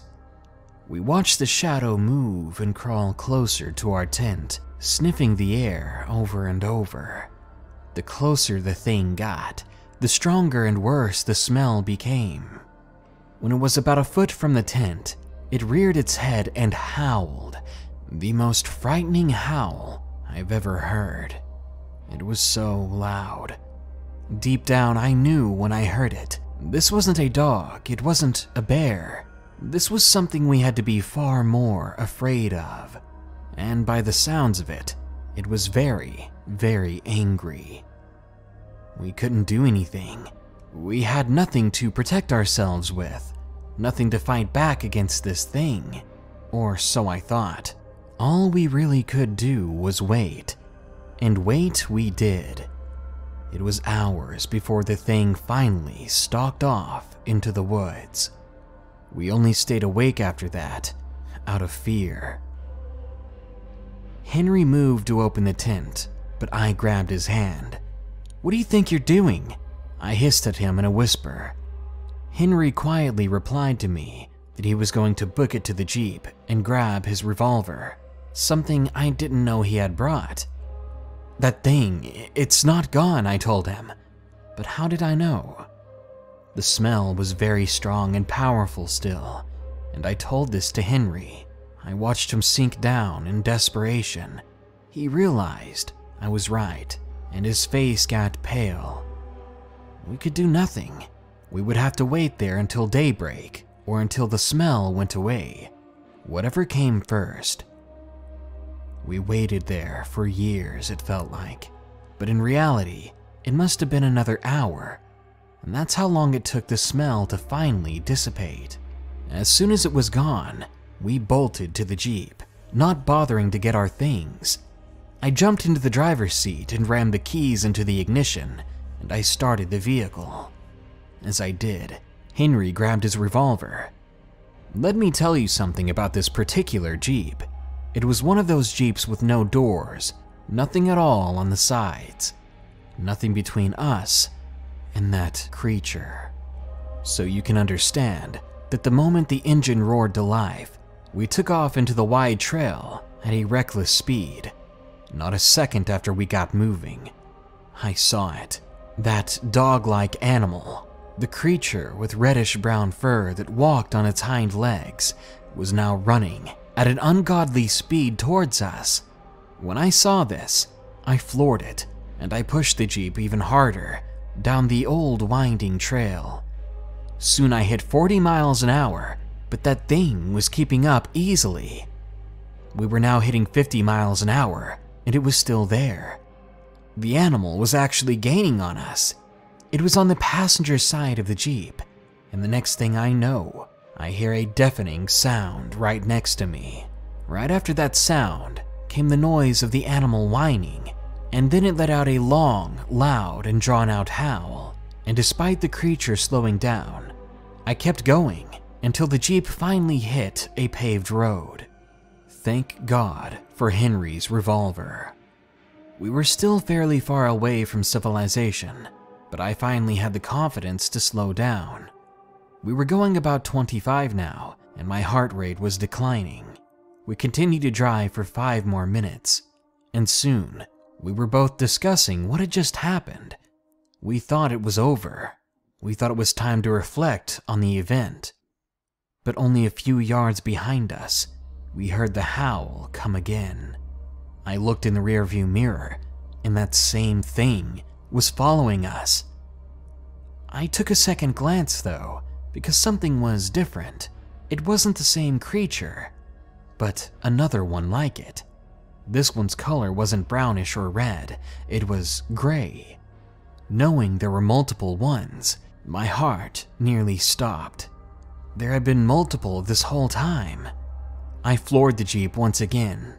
I didn't let up at all, Even when we hit 80 miles per hour, which was probably the Jeep's limit, and I saw the creature in the rear view finally fading away. Even still, for a long time, I kept up that speed because now I was convinced that another was still following, and behind that, another one. After what felt like an hour, Henry spoke up, telling me to stop the Jeep completely. We stopped there, idling in the middle of the road, before Henry held me and made me take a break. I'll be honest with you, when we stopped, I cried. This experience was traumatizing, to say the least. We switched sides, and Henry drove the rest of the way, at a more sensible speed, and before we knew it, we hit signs of civilization, streetlights, road signs, and buildings. At the sight of this, we finally could relax. But we were exhausted, both physically and mentally. The adrenaline faded, and we checked into a hotel to crash. After not sleeping the entire night and fleeing from a monster, we nearly passed out as soon as our heads hit the pillows. Waking up, we were still very shaken. We had no idea what to do. Should we call the cops? Call the Forest Service? It was an idea, but I knew anyone we told would just think we were wrong in the head. In the end, we kept it between us. And only in the middle of the day did we go back to the site to see what we could gather and take home. It took a lot of encouragement to get me to go back, but I finally relented. As we approached the tent, I could tell that it had been trashed completely. It was collapsed, and ribbons of brown were everywhere. A peek inside the tent told me that there was nothing left. Nonetheless, both me and Henry searched our packs and found nothing but my wallet, with everything inside: money, credit cards, driver's license. Lucky for me, but it still had a big gash in it, and now the wallet itself was useless. It seemed like everything there had been shredded or chewed on or was missing. Henry was not as lucky. His pack was completely open, and it was torn even worse than the tent was. The entire front of it was missing, and it was covered in drool. You better believe we didn't stay long. We got back in the Jeep, and as we were driving away, we heard another howl that sent chills down my spine. I urged Henry to go and floor it. He did, but he told me there was no need to worry, as that howl was miles away. But I didn't care. I'd rather be safe. We needed to be out of there as soon as possible and never come back. To this day, because of this event and the things we saw in those woods, I have a deep, deep fear of both the dark and the woods. I'm sent into a panic every time it's too dark or I'm even close to the woods. I really don't go near them anymore. Henry and I got married and we're living happily together, but I think that trip still haunts us in the back of our minds. Personally, I can never forget it. A few days after the incident, I looked up the area we had been camping in, and it seems to be a nest for monster sightings. Apparently, these things are called dogmen, but they just look like werewolves to me. Number 2. What is following me? Submitted by Bad Week. Back in February of 2017, something was taking farmers' cattle. Not too long after, something began to bug everyone at night in town. My mom called it the Rougarou. The weird thing was, everything would calm down by sunrise, only for it to act up again by the time the moon was high in the sky. Summer of 2017 rolls in, and I'm enjoying my time away from school. Until June 17th. My mom and I were hanging out on the front deck when we heard something. We heard some creature or person burrowing through the bushes on our land. Whatever it was, it sounded big, and it sounded like it was out of breath. Soon it was close to the garage, and by then we were both up and inside the house. we were definitely spooked. Around 1 in the morning, it woke us up. Whatever it was growling just beyond the walls of the house. I was too frightened to even move, so I texted my mom. It took her a while to respond, but when she finally did, she told me, "I'm getting tired of this. I'm going outside." I feared for her life, so I jumped out of bed and made my way to her. She wasn't joking. I found her outside with my dad's Remington. I watched her walk out of the house, and I followed suit right behind her. I was very afraid, but I didn't want her to go out alone. Besides, she hadn't brought a flashlight, so I decided to hold one for her. And that's when we both caught a glimpse of the Rougarou. By all means, this animal was like your typical Hollywood werewolf. It had brown, grayish fur and stood at least 7 feet tall on hind legs, with sharp claws on hands and feet. Its back was a bit hunched, and its eyes were glowing brown. When it heard us, it fell onto all fours. It ran away from us, but my mom still fired. She struck it in the leg, then fired once more, before it finally disappeared into the darkness of the fields. Now that everything was clear, she got mad and told me to go back inside, that it was dangerous out here. She took the flashlight, and I did as she told me. My sister was upstairs freaking out. She had seen everything through the window. My mom locked up and phoned a few relatives for help.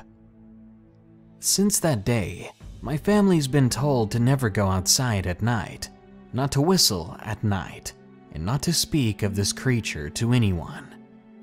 That thing is still alive, so I know it'll be back eventually. Number 3. Werewolf in Surrey.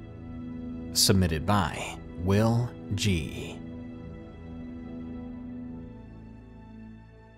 I'm 14 years old and in pretty decent shape. A couple of months ago, I was out in the woods around my estate. It was 2 p.m. and I was walking my dog with a good friend, who I'll call Jacob for this story. We had strayed quite far into the woods. We were coming upon a ditch when we decided to take a break. We sat down near a log when my dog began to act pretty strange. We thought it was fine, seeing as we were deep into the forest and there were wild deer and other animals roaming around. But my dog suddenly started to growl at something near the bushes, and then the dog crouched down, ready to pounce at any second. My friend and I began to brace ourselves, as we'd never seen my dog act like that, so whatever it was seeing wasn't good. Not to mention, we've heard many stories coming from these exact woods. People have seen things out here. People have seen animals that they couldn't explain, among other paranormal things. Of course, we were out here because we didn't believe it, so we thought there was nothing to be afraid of. But I was about to be proven wrong. Very, very wrong. As you can imagine, when the creature jumped from the bushes, both of us nearly fainted, only to see that it was a deer. It jumped from the bushes, then galloped away. The thing was running at full speed. The two of us laughed at each other. We assumed that that was what the dog was going on about. We relaxed, but my dog did not. Something was still putting him on edge. A few minutes later, my dog began to whimper. No longer was he growling and snarling. Instead, he was crying. Then, after my dog had been staring into those woods for several minutes, he just ran behind me and cowered down and stayed silent. This really frightened me, more so than when he was barking. I stared into the tree line, ready for something to burst out at us. Time seemed to slow down, and all the other noises around me seemed to go quiet. At that moment, it was just me and the woods, and whatever was in those woods.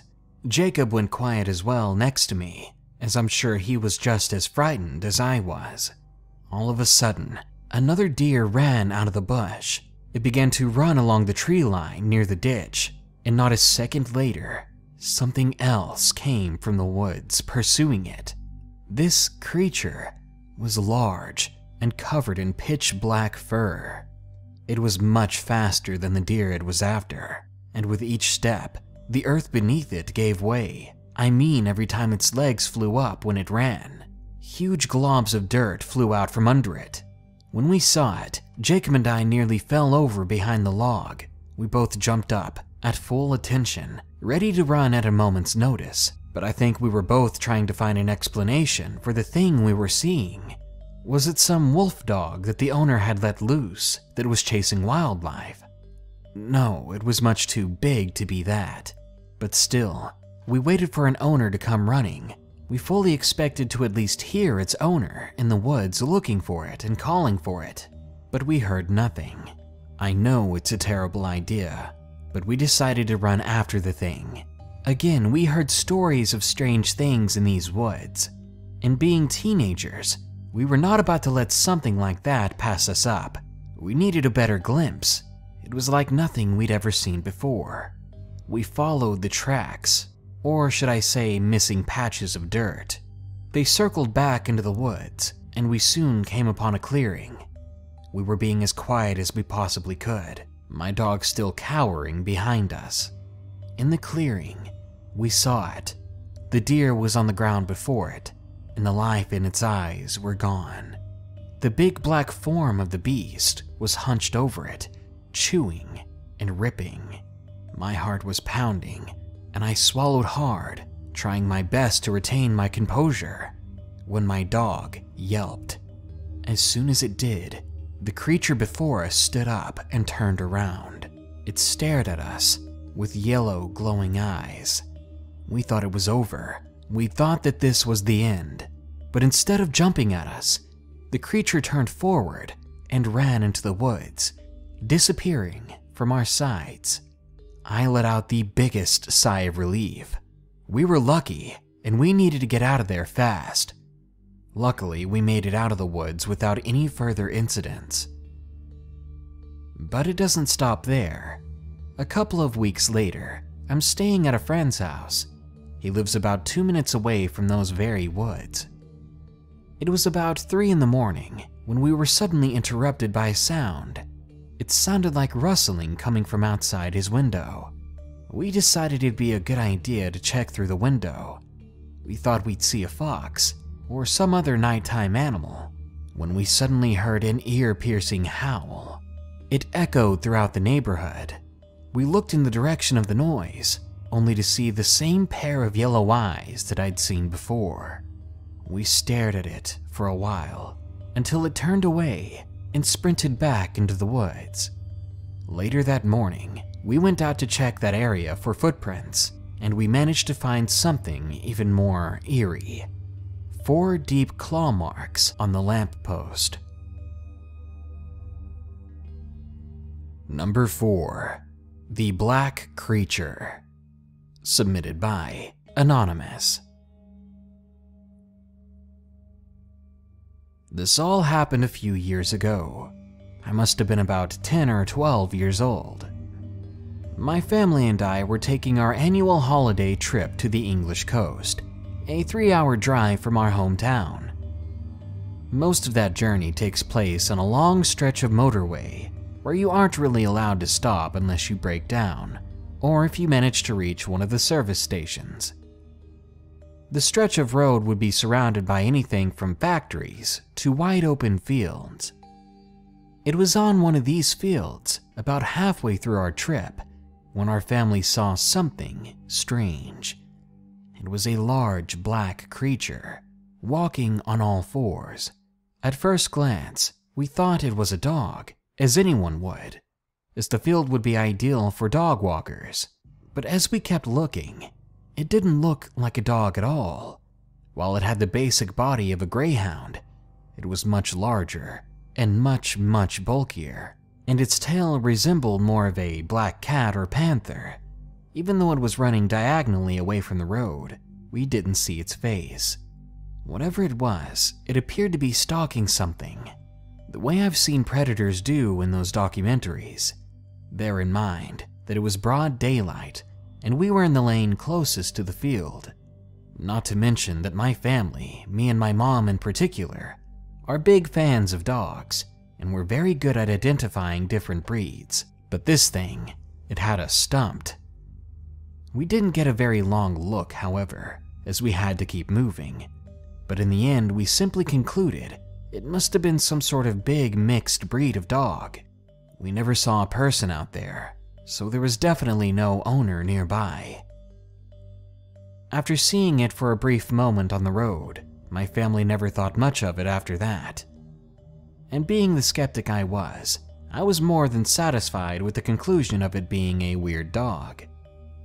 A few years later, about 2 years ago as I'm writing this, I came across a documentary about some kind of werewolf stalking the countryside of England. A lot of other people had encounters with an unknown wolf-like creature. Keep in mind, there are no longer wild wolves in England. As the documentary went on, I saw something that made my jaw drop. An illustration of someone else's sighting, and it perfectly resembled the creature I saw in that field. These people, they have seen the exact same thing that I had, and they too were confused as well as afraid. While the documentary didn't conclude what the creature exactly was, of course there were several theories. But whatever it may be, it hasn't been seen again for a few years. So maybe it's passed away, or maybe it moved to another part of the country. My family and I still take the same holiday once a year, on exactly the same route. None of us have seen the creature since, but I still think about the encounter we had every time we go on the trip, and I can't help but wonder, what was it, and where might it be now? And number 5, I saw a werewolf. Submitted by Island Breeze 1. I am currently 21 years old, but I was just a little girl when this happened. I was 9, living in Washington State.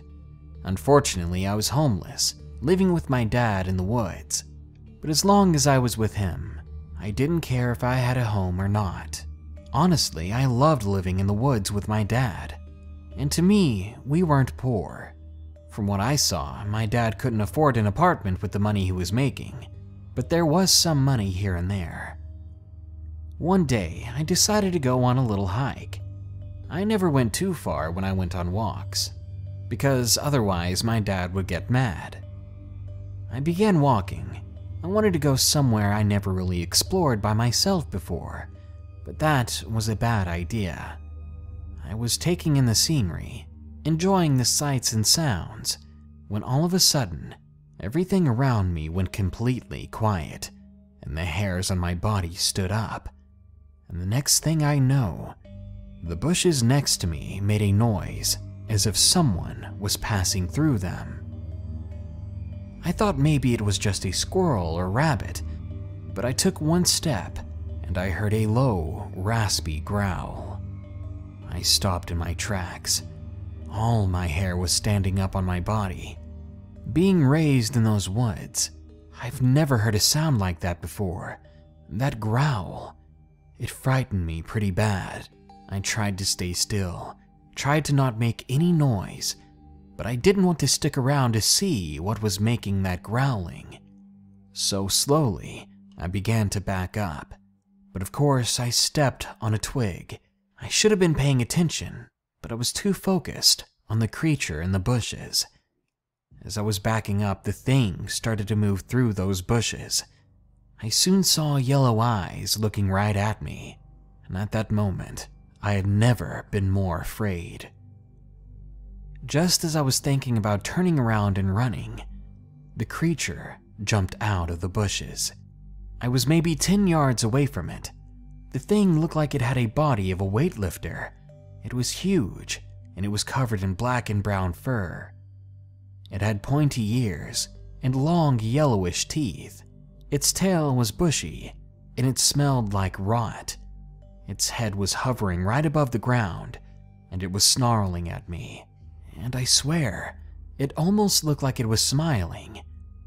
I thought my life was over right then and there, and I began to cry uncontrollably. I was so petrified, I couldn't walk or talk or even breathe. It felt like an eternity the two of us were staring at each other. Then the dog-like creature lifted its head from the ground, and it began to stand up on only 2 legs.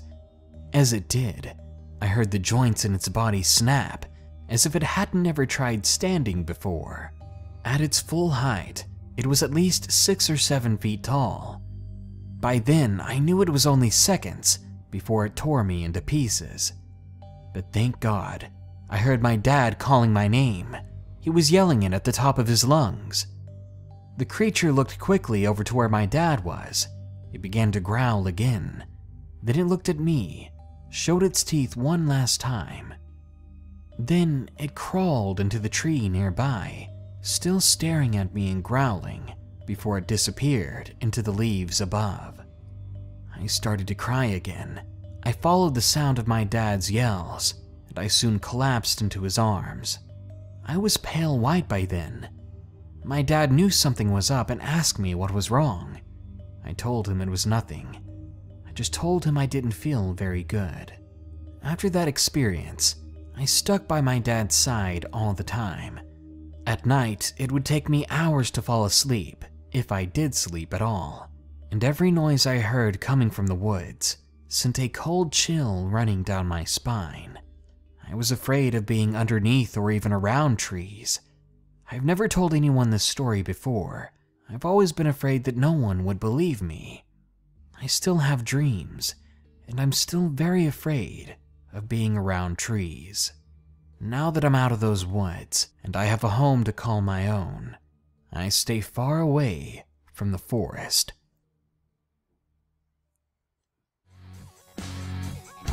Dogs are man's best friend. There are companions.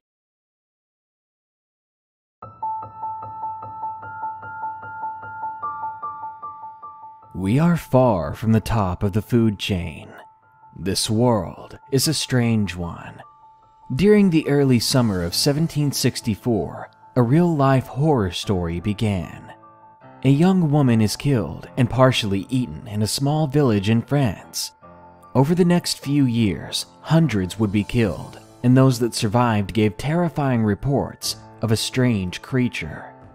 They said it was like a wolf the size of a cow, a wolf that could stand on its hind legs when it liked. Today, we know that creature as the Beast of Gévaudan. Was it a werewolf? Could something like that happen today? Well, according to these allegedly true stories, it could happen at any second, because even to this very day, people are seeing werewolves. Before we start, I want to hear your true Japanese ghost stories. If you've got one, send it over to me at deathbyfear.com.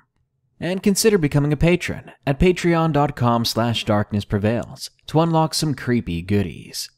Now, before you open that front door to step outside, you better make sure there's not a full moon in the night sky. Number 1. Window Stalker. Submitted by John R.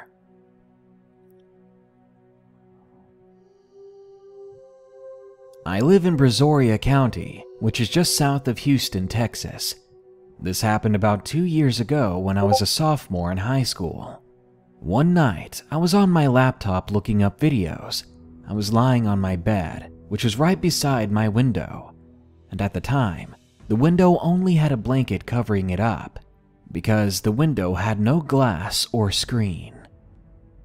Around 2 o'clock in the morning, I heard a dog-like panting outside and a crunching sound coming from right outside my window. Naturally, this creeped me out, because whatever it was, it could just move the blanket out of the way to get to me. That blanket always gave me nightmares. After a while, I thought it was a dog, since there were a lot of stray dogs in the area. Nothing else happened for around 2 months, when I suddenly heard the thing again. On this night, it was around 50 degrees outside or so, and I tried to cover up the window as much as possible to keep out the cold air. Suddenly, the sound stopped, and there was literally no noise at all from anywhere. I caught myself just staring into my laptop with my back to the window. Then, somehow, the cold air found its way in through my blanket. When I turned, the blanket had been moved out of the way by a furry hand. All you could see is darkness outside my window. Then the panting started again. I watched as the hand continued to open the blanket wide as the thing behind it was ready to crawl through. Did it know I was there? Was it trying to get in at me? Questions pumped through my brain as I sat there completely petrified. I only moved when a hulking form began to push through the blanket. Something was coming inside. I jumped away from my bed, away from that window, and I screamed. Whatever this thing was, it was at least 7 feet tall, with mangy fur and glaring eyes, and the head was like that of a wolf, or maybe similar to a German shepherd. It was about halfway into my room when I realized there was a Lee-Enfield rifle under my bed that I used for hunting. With my heartbeat rapidly increasing, I grabbed my gun. In my panic, I clumsily tried to load the thing, but with my whole body trembling, I couldn't. So I did the only other thing that I could do. I raised the butt of the gun, then I brought it down hard on the blanket with the creature still underneath it. The beast yelped in pain, then flinched back and out of the window. I heard footsteps outside as this thing was running away. Confident that I had scared it away, I opened the blanket and looked through my window. In the darkness outside, I could barely make out the shape of the creature. It wasn't a dog, and it wasn't a wolf. It wasn't even a person, but it was something in between. It was furry and massive, standing on hind legs as it ran inhumanly fast into the tree line. After this experience, everyone I told the story to just laughed at me, and no one would believe what happened. And that's painful to say the least, because what if they were in my situation? What if this creature came for them? If they'd listen, they could be prepared. I didn't sleep in that room again until my parents replaced the window with reinforced glass. I would not go back in that room with simply a blanket separating me from that thing in the woods. I don't want to say it's the dogman or werewolf, but I do know what I saw, and I feel like calling it anything else would be lying. What I saw that night proved to me that the legends we're told as children have far more truth than we think. Number 2. The Rougarou, submitted by Warning Page Gaming. The legends of the Rougarou, or loup-garou, have been passed down from generation to generation for as long as Louisiana has been inhabited by modern man. And my family passed these stories down to me, stories they swore to the grave were very, very true. The Rougarou are closely related to the European version of the werewolf, but there are a few very distinct differences from the wolfmen seen in movies and on television. You see, wolves aren't native to Louisiana, so many times the beast in the story is replaced with other animals, such as dogs, pigs, or cattle, and they generally appear as being pale white in color. But more often than not, the Rougarou appears as a wolf-like creature. As the stories I've been told go, the Rougarou will wander the streets at night, searching for a savior amongst the crowds of people. It will run through and cause havoc to each individual, until somebody eventually shoots or stabs the creature. With the first drop of blood drawn in the dying blow of the beast, it will then turn back into a human and reveal to its attacker its true name. Rougarou attacks usually go down in the smallest villages of Louisiana. Because of this, the Rougarou is often already known by its killer. Before the dying Rougarou takes his last breath of life, he will warn his savior that he mustn't mention a word of the incident to anyone for 1 full year, or he too will suffer the same fate. He will become the Rougarou. Parents often tell these tales to children who misbehave, warning them that if they don't straighten up, they will be visited by the Rougarou in their bed come nightfall. One story that I was told over and over as a child, one that I very much believe to this day. It tells the account of a boy who encountered the beast while on his way home from a night out with friends. As the boy was walking along alone, a large white wolf-like creature was following behind him, nipping at his heels and antagonizing the boy to attack it. Finally, out of fear and irritation, the boy took out his knife and slashed the dog open, and at that point, the beast then turned back into a man. In this case, the Rougarou told the boy how he had sold his soul to the devil to gain prosperity, but he was tricked and changed into the beast instead.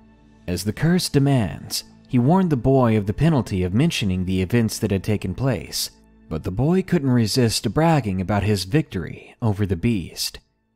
So he repeated the story to several friends, and the boy began to disappear from his room at night.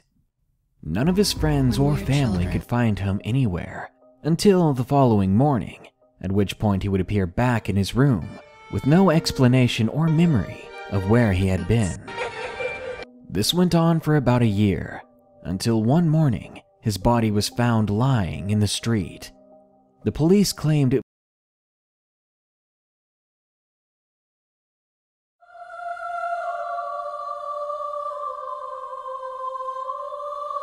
When we are children, we believe the world is full of magic. We believe in myths and legends, and that destiny awaits. That is the world I remember. And the one I wish I'd never known.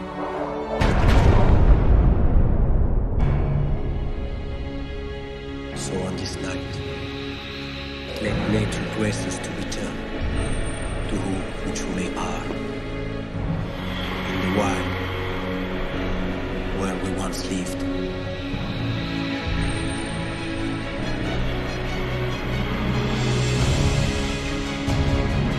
When we gather as one, or we are, We hunt as one. I'd heard that there were places that wolves were almost like worshipped, but I didn't think they meant it literally. Strictly speaking, they're not actually wolves. They're called Rougarou. You mean werewolves?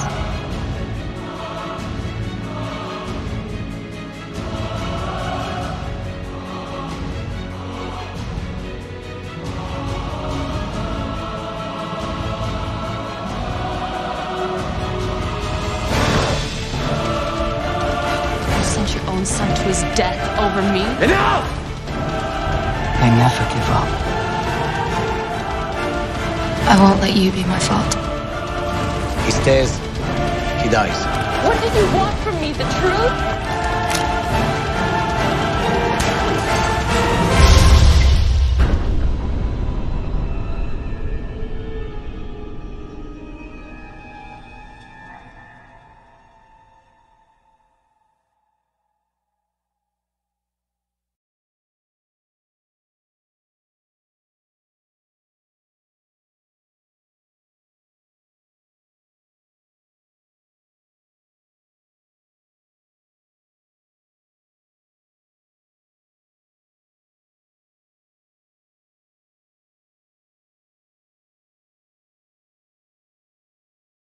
it was most likely suicide, but friends and family of the boy knew there would soon be a new Rougarou roaming the streets. Anyone who has ever lived in a small town knows that no story can be kept secret for long, not even the tale of the Rougarou. Number 3. Stalked by the Dog Man. Submitted by Kenny B.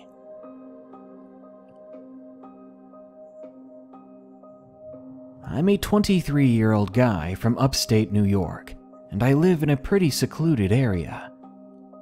One night after finishing up dinner, I was cleaning up the kitchen and was getting ready to take out the garbage. It was well past dark, and my property is surrounded by woods. That may seem creepy to some, but these nighttime routines outside didn't bother me. If anything, it was very peaceful. As I was taking out the garbage, I had to walk from the front of the house to the back. As the plastic wheeled can was located in the backyard, I had with me my military-grade LED flashlight, so I could see nearly everything in the pitch-black night. Once I reached the backyard, I had a very eerie feeling that something wasn't right, that I was being watched. It was too quiet, and the woods were dead still, which was completely the opposite of what it was like every other night. I then suddenly heard a branch on the ground snap, not too far from me. I didn't think anything of it, since there are a lot of deer on my property and a few feral cats. I decided I needed to make this quick, so I threw the full trash bag into the can and I proceeded to turn around, where I then heard loud growling. This really startled me, because I knew then it wasn't some deer. I pointed my flashlight in the direction of the growls, and what I saw next will forever haunt me. There, peering out from behind a large pine tree about 15 yards away, was a pair of glowing yellow eyes. I could see the outline of the figure, a tall, upright figure, staring at me. Its fur was a matted gray. It had pointed ears on top of its head, and a long, dog-like snout. Its arms were long, with human-like hands at the end. Its body was very muscular, and its knees bent the way a human's do, but its feet were more like paws. I couldn't believe what I was looking at. I don't think I wanted to believe. Panic set in fast, and I bolted back around the front yard and back into my house, slamming and locking the door. I wasn't sure if the thing had followed me or if it had chased me, but stubbornness got the better of me because I went for my gun safe and I grabbed my Colt 45 1911 and I went back outside in an attempt to kill that scary creature that was threatening me. I waved around the flashlight in my right hand through the woods while walking all the way around my house with my gun in my left hand. Although the woods were still calm and eerily quiet, I was on edge the entire night. I didn't sleep very well, and I didn't go to sleep at all until a few hours later. I still get chills when I think about it, that creature could still be lurking beyond my walls at any moment. Number 4. A Real Werewolf. Submitted by Josie G. This happened literally just a few weeks ago. I still struggle to sleep at night, and it's a challenge for me to even go outside when it's beginning to get dark. I live in Milwaukee, Wisconsin, and I'm 19 years old. Before this, I didn't believe in anything paranormal or supernatural, and honestly, I laughed at those that did. Me and 2 of my friends were on our way to Wisconsin Dells, a city full of water parks here in my state. It's about a 2 to 3 hour drive from Milwaukee. We wanted to stay there for 2 nights and then come home afterwards. So we left on a Friday. We got there and everything was fine. We had fun swimming. We went on a bunch of water slides. We stayed up watching cheesy movies. We went out to a club near our resort. It was super fun. But then came Sunday. We had to leave the resort at about 6 and we were on our way home. About an hour into the drive, my friend asked us if we wanted to smoke some weed. We said yes, and we were basically in the middle of nowhere. On the Wisconsin Dell, we passed lots of farms and huge fields and small woods. We were by a forest at this point, connected to a huge field. So we parked our car and found a log not too far from the car to sit down at. When we sat down, my friend then said, "Ah, crap, I don't think I packed it before we left." And honestly, I was pissed, because I really needed a smoke, and it was getting dark and we had already walked all the way out here. So I asked if we should just start walking back to the car, but they said they both wanted to stay and just look at the sky for a while. It was a clear night, and out here it was peaceful. You could see many more stars than we usually could. I really didn't want to stay, but after seeing the stars up in the sky, I agreed. After about 2 or 3 hours, we stopped hearing all the bugs making noise around us. It was like their noises began to fade out. It was crazy.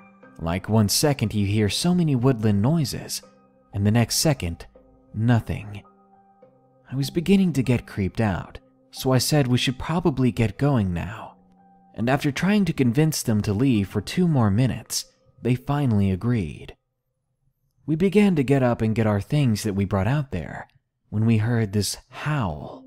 It was a sound unlike anything I've ever heard before. It didn't sound like a wolf's howl you hear in the movies, and it sounded nothing like the coyotes I've heard before.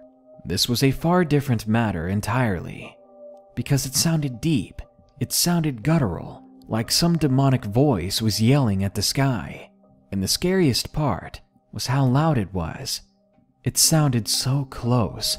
I mean, when we heard it, it was so loud, I could have swore I felt the ground shake below us.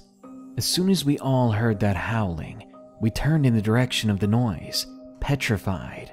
As the noise died down, we all looked at each other, scared as we've ever been, and we silently agreed that we needed to run. We ran about halfway to the car when we heard footsteps running in front of us, but they sounded massive. If this was a person in front of us, they were fast, and they had to have been about 500 pounds. We heard branches breaking as this thing tore them apart in its path. We all stopped, realizing that for the past few seconds, we had been running towards that thing. I stopped and looked around. While my friends were already running the other way without me, I was pissed. I ran so fast, I was afraid at any second I was going to run into a tree. Even still, that huge creature kept pace with us, and I could hear its footsteps in the woods around us. I was so scared that I could feel tears running down my face while I ran. We were getting close to the field when I suddenly heard the footsteps from this creature stop. At the end of the woods, I saw my friends with their phone lights on, pointed at me, signaling me towards them. So I ran in their direction, and they sounded very concerned. They apologized for leaving me in the dust like that, but I rolled my eyes, saying, "Can we just get out of here before it comes back?" They nodded. We began walking back to the woods from a different angle, because there was no other way to do it safely. The nearest house or farm was probably a good 2-hour walk. As we were getting close to the woods, we all stood there in fear. We were completely frozen by what we saw. There was a huge figure that looked to be a very muscular and unnaturally tall man, but its arms were far too long, and they were at least 7 or 8 feet tall. I was too scared to move. When the moonlight reflected from its eyes, they glowed an eerie blue color. I knew better than to believe that this was some person. The shape of the thing, it was just all wrong. For the longest 10 seconds of my life, we all stood there staring at each other, us to the beast and the beast back at us. Suddenly, it let out a very loud scream, just like the howl from before. The voice was so unreal that it sounded fake. It sounded demonic. It was loud, so loud that I felt it vibrate in my chest. Then another noise boomed from the woods. It was a gunshot, and as soon as it sounded, the thing's ears pointed up, and it leapt so high that it disappeared into the canopy. But we stayed still for another half minute. We weren't able to move, no matter how much we wanted to. Then finally, simultaneously, we all bolted for the car, tears coming down my face still. After running for what felt like an eternity, we got back to the car and jumped in, and as I turned on my car and the headlights came on, I nearly had a heart attack. That creature was back, illuminated by the headlights, and I could see it almost perfectly now because it was standing eerily close to my car. It was covered from head to toe in dark brown fur, and it had human-like hands ending in claws. Its face was like a dog, but the thing was standing on its hind legs, and it was so muscular. It looked straight at me, those blue eyes glaring. The creature was panting, as if it were tired or drained. My friend hit me in the shoulder, bringing me back to reality, telling me to just drive. I threw it into reverse and began driving as fast as I could. And by accident, because I wasn't thinking straight, I ended up heading in the direction back to the resorts. None of us really cared, so long as we were getting out of the way of that thing. We got back to the hotel and decided to stay another night. We were in the middle of a city, surrounded by people everywhere, and I still couldn't get a wink of sleep. I stayed up, and I cried, thinking of what would have happened if that random person hadn't fired their gun. I called my mom, and she picked us up the next morning. We told her what happened, but she didn't believe us.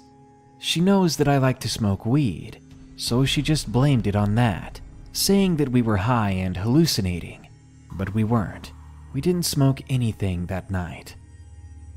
I've told a few people since, but only my little sister believes me. And after that day, I have trouble sleeping. I can't go out in the dark, and I can't ever look at the world the same way as before. I can't even watch horror movies the same. It all feels too real. The monsters you see on TV or in the movies, some of them are more real than you could imagine. The world is a messed up place. If there are more of those things out there, I wouldn't doubt that some of the missing people cases we hear of are just those people that have become the dinner of that creature. I'm so scared all the time now. For those of you that want to see these things, I urge you to stop, to think about what you want. Because when you're out there alone in the woods, and that thing is tracking you down, odds are you won't hear it coming. And even if you do, humans are far too weak to outrun it, let alone fight back. So, believe me or not, just be careful when you're out in the woods. Number 5. Satan's Ridge. Submitted by Timothy H.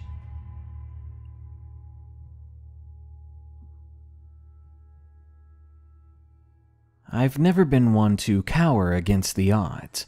In the face of danger, I believe I often stood my ground. Unfortunately, though, that changed on one fall night in October. I was raised in a small town in Missouri. Until my parents got a divorce, we owned a farm. My dad then moved away, and my mother and I moved into an apartment in town. I hated it. I was so angry. I missed my old place. I missed those woods. And better yet, I missed the animals. Back in the good days, I would often go to my cousins out onto their property. One of our favorite pastimes was night hunting. We would go out with our .22s trying to find some coyotes to shoot. Well, on one occasion, when I was 14 years old, I was carrying my Henry .22 lever action. It wasn't much, really, but it was enough to kill the coyotes. My cousins, who were both 3 years older than I am, had their semi-automatic .22 rifles. Being the cowboy that I was, I thought myself a pretty good tracker. We set up our camp in the field, and we all packed up at least 15 rounds on our horses. Horses usually sense things sooner than a person can, and before we set out, they were already jumpy that night. This was strange, because I'd never seen them act that way. It was roughly about 9 o'clock that night. By the time we left, it was pitch black outside, and there we were, slowly making our way into the dark forest. It wasn't about a half hour later when something happened. My cousins got off their horses to take a bathroom break. I stayed on mine, keeping watch, trying to stay alert. That's when I noticed a light. It was dim, as if a fire had just been put out. I told my cousins, and we made our way towards it, assuming that there were trespassers on their land. When we got there, there was blood everywhere. On the ground, on the trees, on the rocks surrounding the fireplace. It wasn't that frightened me, though. It was the asterisk on the trees, some sort of satanic symbol. They made a perfect circle with the asterisks on trees. I suggested that we get the hell out of there. I didn't believe in black magic, but it was still enough to creep me out. If there were people out here with us who believed in this kind of thing, they could be capable of some pretty awful deeds. But my cousins found a trail of blood and asked if we could follow it. Against my better judgment, I agreed. We followed the trail for a long time until we all realized that we were being followed. All of a sudden, it clicked. The fire was put out on purpose, and those that put it out were watching us at this very moment.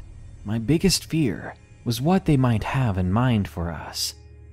Almost immediately after I had that thought, we heard the most unearthly scream. Our horses bucked and jumped, and we all flew off. Somehow, though, we weren't hurt. Not only that, but our guns survived as well. We stood up and grabbed our firearms and formed a triangle, all of us standing guard in each direction. Our horses were gone. It wasn't but a split second after we stood back to back that something huge began to slowly walk towards us, as if it was taunting us. We all made a break for it, going in separate directions, and that was our major mistake. A second mistake was not knowing where we were going. We were literally just running in the dark. So I stopped, trying to make sense of everything that had happened so far. I began walking and listening until I finally found a creek bed. It was the very creek that was just before our camp. I sprinted the whole way until I got back. Sadly, my cousins weren't there, so I sat and waited for a while. I was too afraid to head back, and in my fear, my cousins could be paying the price. After what seemed like forever, I grabbed my lever action and 3 boxes of 50-round .22 ammunition, and I set off into the woods. I backtracked myself all the way to where we took off, and I followed the faint trail of one of my cousins. He was heading to what seemed like the road, so I followed for another 20 minutes, until I heard gunshots and a scream. I ran to the noise as quick as I could. I recognized that scream. It was from one of my cousins. To my horror, I did find him, but he was unconscious, and he was hanging by his feet from a tree. I began to walk up to him, planning on cutting him down, but I didn't get 10 feet from him when the most eerie voice came from behind the tree he was hanging from. It said, "Come here, child." I stood frozen, shaking from head to toe. That voice was unreal. It wasn't human. It was more like some animal bigger than I had learned to talk in a human tongue. In blinding speed, the creature darted out from behind the tree and into the surrounding woods. For about 20 seconds, I heard its quick footsteps all around me. It was mind-boggling how quickly I would hear it on one side and then suddenly on the other. No person could run that fast. Then it all stopped. The noises had vanished to my right. Quivering, I slowly rotated my head to face that direction. All I could see was an outline. That's all I needed to see, because the creature, it towered over me even from that distance, standing about 7 feet tall. I could see pointed ears and yellow eyes that reflected the moon. It was built powerfully. It stepped toward me. Now, though, its steps were completely silent. This creature could have been following any of us all along, and we would have never seen it coming. Soon, it was only a few yards away, and my body would not listen to my instincts. Was this what shock felt like? Did my body know I was about to die and paralyzed itself? Then, out of nowhere, a gunshot rang out. The creature turned its head, revealing a snout all too similar to a wolf. Then it turned and ran, disappearing into the trees. I regained control of my body again, and I cut my cousin down, only to see my other cousin running up to us, with smoke spewing out of the barrel of his gun. He helped me carry my unconscious cousin back home. And thankfully, we made it back safe. We should have told their parents. I mean, he was there unconscious and injured after all, but we had no idea what we would say to them. But lucky for us, he woke up that night. He was shaken, but okay. He says all he can remember was running through the woods. Then he heard footsteps, and then everything went black. We each shared our stories with each other, though after that, we were all still confused as to what had happened. We didn't go to bed that night. I think we were all too scared, knowing that that thing is still out in those woods, and impossibly so.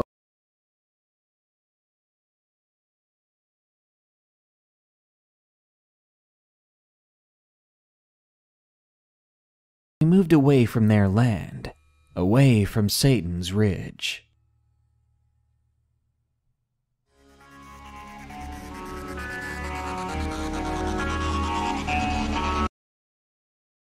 Do you believe that werewolves exist? They just might. After all, this world is a strange one. In North America, probably the most commonly cited cryptid after Bigfoot is the dogman or werewolf.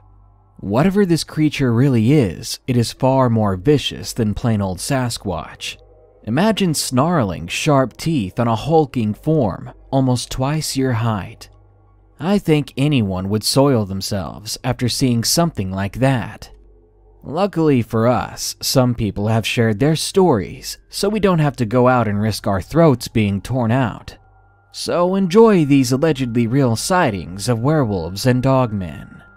Also, if you've got a story, we are looking for scary retell stories. You can send us your story today at deathbyfear.com. Thank you. Now get the dog whistle. It's time to piss off things that are far bigger than us. Number 1. The Dogman of Arkansas. Submitted by Eli. Back in the summer of 1995, I was 15 years old. I spent a lot of my time out at my grandparents' place in a very backwoods rural area, a little southeast of Little Rock. They lived down a series of dirt roads in the same house they had been in since my mom was a child, so the place was pretty ancient. The closest town was roughly 10 miles as the crow flies, and the nearest neighbor was around 2 miles up the road. I grew up in the woods, and my entire childhood was spent playing in them and hunting in them with my grandpa. By 15 years old, I was pretty well versed in the native wildlife. But this one evening in the summer of 1995, I saw something that would make me question everything I ever knew and make me never want to return to the woods again. To begin, whenever I stayed with my grandparents, my grandfather had a very strict policy of being inside the house before nightfall. One evening, though, my cousin and I had strayed out a little too far, and soon darkness began to set on our way back. It was one of those evenings where the sky was red and orange, streaked with only a few clouds as the sun set and night began to take over. It wasn't quite dark and it wasn't quite light. It was that kind of in-between where the sun isn't all the way down and the sun was low on the horizon, casting eerie shadows across the landscape. That time just before night, when everything takes on a bit more of a sinister tone. Though nothing has seemingly changed from daylight, everything now seems more creepy. Soon we emerged from the woods. My grandfather had hunting dogs, and where we came out of the woods that night was an area across the open field behind my grandparents' house, next to the dog pen, and across from that an old barn. That barn was from an era of days gone by. It was no longer used and was falling apart. It was so old and in ruins that we were forbidden from entering it. The last thing we needed to do was step on a rusty nail or something. It was in that very spot that the way I looked at the world would be forever changed. As we neared that dog pen, we began to hear the sound of all of my grandpa's hunting dogs making quite the racket over something. As we approached, we could see them all looking towards that old barn, hackles raised, letting on that something was over in that direction. It was about this moment my nostrils were filled with the strong odor of wet dog, rotting animal, and urine. The smell was so powerful, it made me and my cousin both gag. Dumbfounded by the situation, I looked towards the barn, and what I saw is forever scarred into my mind. There was a creature there that only resembled a canine. It was peering at us from around the corner of the barn. It had one hand wrapped around the corner, and only the top half of it was exposed. It almost appeared to be grinning at us, revealing huge, sharp-looking teeth. To me, this thing looked more like a massive hyena in the face. It had very pointed ears that sat atop its head, and matted fur that kind of covered its head and chest very thick, similar to that of a lion's mane. Then that fur thinned out towards the chest area. It stepped out the rest of the way from around the corner, and the thing was walking upright, like a person, but it had the backwards jointed legs like a dog. Its hands resembled that of a human's, but reminded me of a raccoon's paws as well. It had claws, and its palms had what looked like the padding of a dog. Its arms stretched low, and it had some sort of a slumped-over posture. It looked like it was just as well at home walking on all fours as well as two legs. All in all, this creature was reddish-brown in color, and stood at the very least 7.5 feet tall, and it was built like a stack of bricks. We stood there too afraid, too intimidated and confused to move. At that point, we were in complete disbelief of what we were seeing. Then this thing, whatever it was, let out a growl so loud and deep, I could feel it reverberate in my bones. I had a handgun with me, but I didn't feel like it would be anywhere near enough to stop this thing if it ever came at us.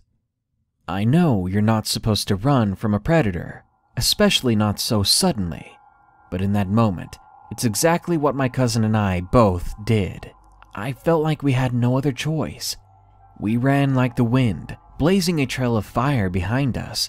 We made for my grandparents' house roughly 500 yards away. It was so far. If this thing wanted us, we would be dead. I heard that thing crashing through the field behind us, but I didn't dare turn to look. We burst through the door of my grandparents' house, and in a yammering of hyperactive gibberish, both of us were screaming, trying to explain to my grandpa what we had just seen, while I couldn't stop wondering how the hell we had made it home. It took us a long time to calm down, and when we did, my grandpa set us down, and he told us the reason why we weren't allowed outside after dark. The two of us listened, wide-eyed and transfixed. He said that a long time ago, whatever that thing was had come up around the house. It was looking in through the windows and was creeping around their property every night.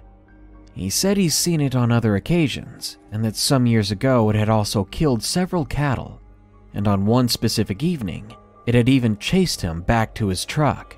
He said that the last thing it was friendly, and he was absolutely sure that it wasn't afraid of humans. Everything that I witnessed and learned that day has affected me. The dark and the forests and the night skies, they don't seem innocent anymore. I know what I saw, and so does my cousin. It wasn't some misidentified animal. It wasn't anything I've ever seen in my life before or since. This thing scared me so badly that I've never been back in those woods, and rarely do I venture into any woods under any circumstances, even if that experience did happen 22 years ago. People need to know that these things are real, that they're out there, and that they may not be friendly. Number 2. Werewolf Sighting, submitted by Anonymous. I live in the Netherlands in an outlying area. It's a place with big landscapes and farms. It was close to midnight, and I had to drive home.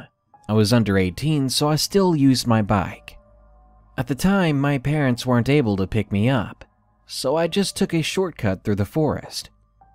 I was reluctant to take that path, as it had always creeped me out. My mom said to never go there without my phone, because many accidents have happened along that path.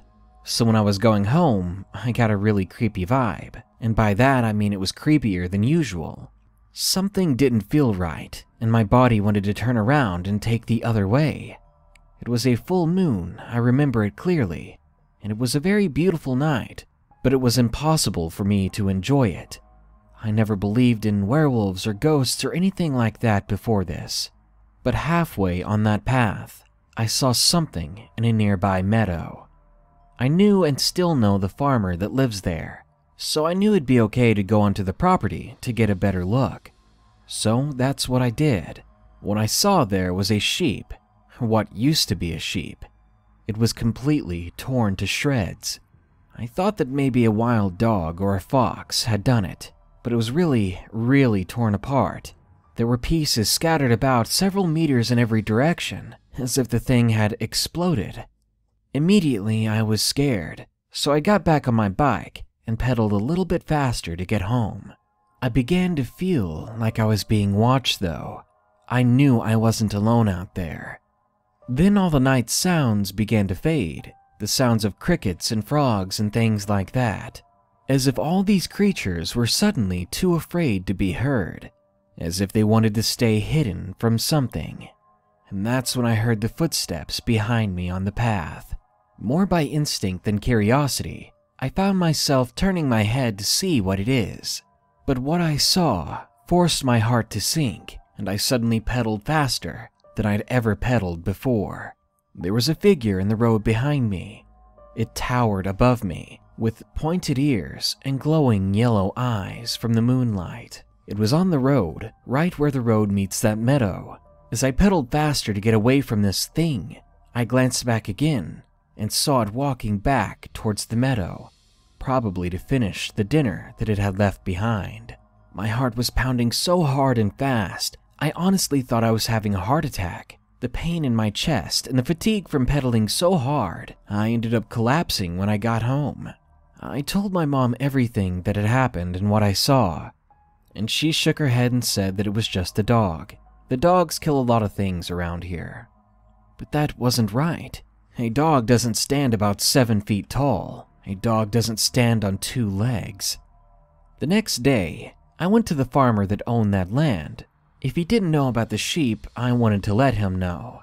If anything, maybe he would have some answers. When I got there, he denied that there was a dead sheep at all, so I thought maybe he hadn't seen it yet. So I led him to the spot in the meadow where I saw the sheep. But when we got there, it was gone. There wasn't even a trace of blood left. The farmer then told me himself that none of his sheep were missing, that if one of them had been hurt or killed, he would have known. Then he began to walk back to his house. This made me wonder, why was he so apprehensive about me helping him, about me telling him that something attacked his sheep? Better yet, where did the sheep go? Did this thing eat the entirety of the sheep's corpse, then lick every blade of grass clean of blood? That's impossible. I went home, but I didn't think much of it until I heard the other strange things about the farmer. You see, he's got a cage outside, a big cage, but he doesn't own any dogs or anything like that. I also haven't seen an ounce of silver in his home, but what I have gotten a glance of were the chains dangling from the wall of his room. What were those chains for? After talking about this with other people, I began to realize just how many sightings we've had here. Sightings along that same path, around the farmer's home, of a large creature that walked on 2 legs. I don't want to sound crazy or superstitious, but there's definitely something creepy going on. Number 3. Werewolf in My Garage. Submitted by Natalie B. I live in a rural area, somewhere between suburbia and the open mountains near Denver, Colorado, and there's a lot of wildlife in that area. I've seen bears and coyotes, mountain lions, and the occasional foxes, so if there's a more rational explanation for this, I'd like to hear it. I'm still scared of what I saw, so something more realistic would definitely be comforting. It was a few years back. I couldn't have been older than 14. I was a rebellious techie. I was up late one night with my laptop. The time was just past 1 in the morning, and my caffeine supply was running low. So naturally I headed for the garage to get a soda. We keep a fridge in the garage, and that fridge is closer to me than the one in the kitchen. I headed for the garage, and I made it to the doorway, eager for my drink, and then I opened the door. The light behind me in the hallway was on, but the garage was still very dark. Some light from behind me crept up into the garage, and it was reflected back by 2 suspended yellow orbs. They sat at the height of my stomach. I stared at them and nearly instantly realized that they were the eyes of something. I wasn't alone in the darkness of my garage, because only 4 feet in front of me, there was something that wasn't human. The eyes moved up, and the light from behind me began to reveal a good half of the creature's head. I only saw it for a moment, but as usual, with stories and experiences of something so traumatic, it seemed like an eternity. By the time I got a good look at the details of this creature, it had finished standing, and the eyes I saw before were now about 2.5 feet taller than me. It was definitely standing on hind legs. This creature had a long gray snout, tipped with a wet black nose. Below the eye exposed to the light, the flesh sagged and hung. Behind that eye, there was a pointed ear turned towards me. However, what I remember most were the long yellow fangs protruding from its mouth. They shone in the dim light, almost as brightly as its eyes. They were almost long enough to extend below the bottom jaw, and were about the thickness of pencils at the base. I was absolutely petrified, especially considering I was just some scrawny 14-year-old who had no way of defending themselves beyond being hard to digest. So instinctively, I slammed the door, and I half screamed, half howled in fear before putting my back to the door and holding it back with all my might. Only a second later did I hear claws scraping the concrete behind me. I dared not move. If I did, this thing could get in the house. Then not only me, but my whole family would be dead. Soon enough, my dad began rushing downstairs, followed by my tense dog and the rest of my confused family. When they found me, I was heaving and nearly sobbing. I collapsed to the floor, and I'm sure I was beyond hysterical and in tears. After I calmed down a bit, I said that I'd seen a bear in the garage, as that was the only thing I could think of other than werewolf, and I can guarantee you that the first word that came to mind when I saw this creature was werewolf. My family isn't superstitious beyond religion and such, so they would probably suspect I was on drugs or something if I told them what I actually saw. My dad and my dog made sure the creature was gone, while my mother and sister made sure I wasn't hurt. Luckily, I wasn't. I was just very, very scared. I slept with my sister that night, and it took me a long time still to finally fall asleep. After waking up and hoping it was a dream, I pulled myself out of bed and I started for the kitchen. Before I could reach the stairs, my dad stopped me. He said to me, "Your friend from last night was a pretty big bear." I froze. It hadn't been a dream. My dad showed me the garage. It was more than just torn up. It had been completely destroyed. The floor was strewn with claw marks. The workshop area was hanging from the wall, and half of it was on the floor.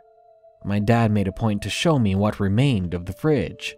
The soda cans had now become little more than shredded aluminum, and the beer bottles my dad was storing were now shattered. In particular, some of the cans had holes poked through them and were strewn across the entire garage. The fridge itself was sideways, and the door of it had been ripped off and thrown the other direction. I could barely breathe seeing such a sight. This creature had made short work of our garage. Imagine what it could have done to me if I hadn't closed the door in time. Ever since then, I've been terrified of going into the garage at night, and I've begun to believe in the supernatural. I always carry a military flashlight with me now, and I always make sure to have extra batteries. As a final word, be careful out there, especially at night. Number 4. Werewolf Encounter. Submitted by Fear Retracts. It was early December when me and a couple of friends were camping for a few days. My friend has an uncle who owns a cabin out in Alaska. Apparently, his grandfather built that cabin himself, and it was passed down in his family until finally it got to him. It was a small, beautiful place, consisting of 1 bedroom, 1 bathroom, and a small living space. His uncle had cleaned up the place a little bit, on the inside anyway. There was plenty of space in front of the house, so we decided to set up camp there. We were having a lot of fun, hiking, making s'mores, telling stories, but little did we know that this trip itself would become its own story. It was the 3rd night of us staying there, and as we gathered around the campfire, his uncle wanted to tell us all a story. He began with, "I want to tell you all a story about something that happened here." All of us got comfortable in our chairs and were ready for a good story. He goes on to say that a young kid once got lost here, and he was accepted by a pack of wolves. He lived like them and did everything they did. My uncle explained that he even liked one of the female wolves in the pack. Eventually, they did somehow have a child. Now at this point, we were laughing around the campfire, as we all knew that this story was far from true. But the uncle ignored us and he went on. He says that the child of the boy and the wolves still lives and that he patrols this territory every full moon. And it just so happened that when we looked up, there was a full moon in the sky, and a few of us chuckled again. After that, we called it a night and went to bed. We took it as a joke. We took it as a story that was supposed to be scary, but instead came off as silly. Besides, something like that doesn't even seem possible. I'm not one to believe in fairy tales. That night, though, we were suddenly awakened by a loud howl. It sounded way too close. It echoed all around us, and we began to panic. We armed ourselves with pocket knives and machetes. It was dark, and we could not tell where it was coming from. But soon we could make out a figure that was standing over on a hill nearby. This figure was coming towards us. We started yelling for help, and in our panic, we were unable to exit the tent. I was sure that this chaos would ultimately be our doom. Soon, that thing was only about 15 yards away from the tent and getting closer by the second, and from this distance, I could see that it was huge, especially tall. But before it came closer, the door to the cabin nearby slammed open, and we suddenly heard the booming sound of a shotgun being fired. I watched as the thing's ears perked up, then it turned and ran on all fours away. When we all climbed out of the tent, we saw the uncle there with the shotgun. He looked at us serious, as if to say, "I told you so." But me, along with the rest of my friends, we couldn't speak a word. We stood there in silence and disbelief. We pretended to sleep in the cabin that night, and the moment the sun came up, we packed our stuff and we left. After that, we've never seen anything like that again.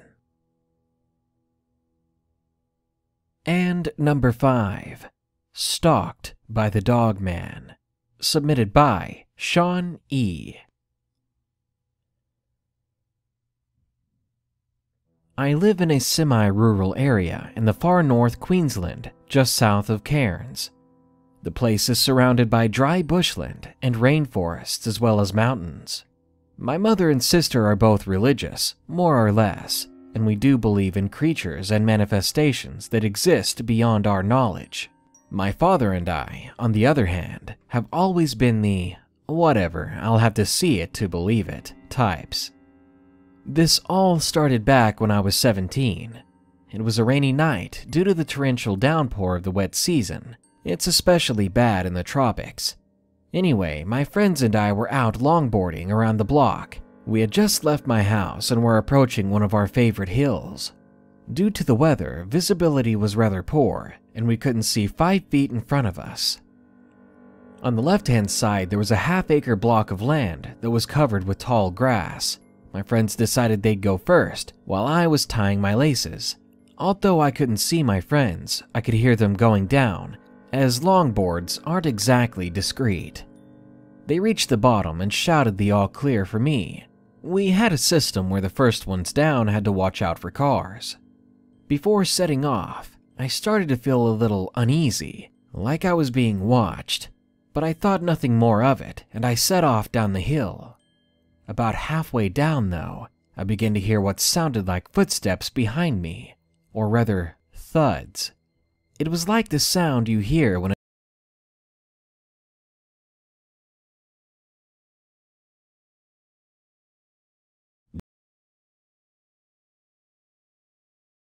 steps behind me, or rather, thuds.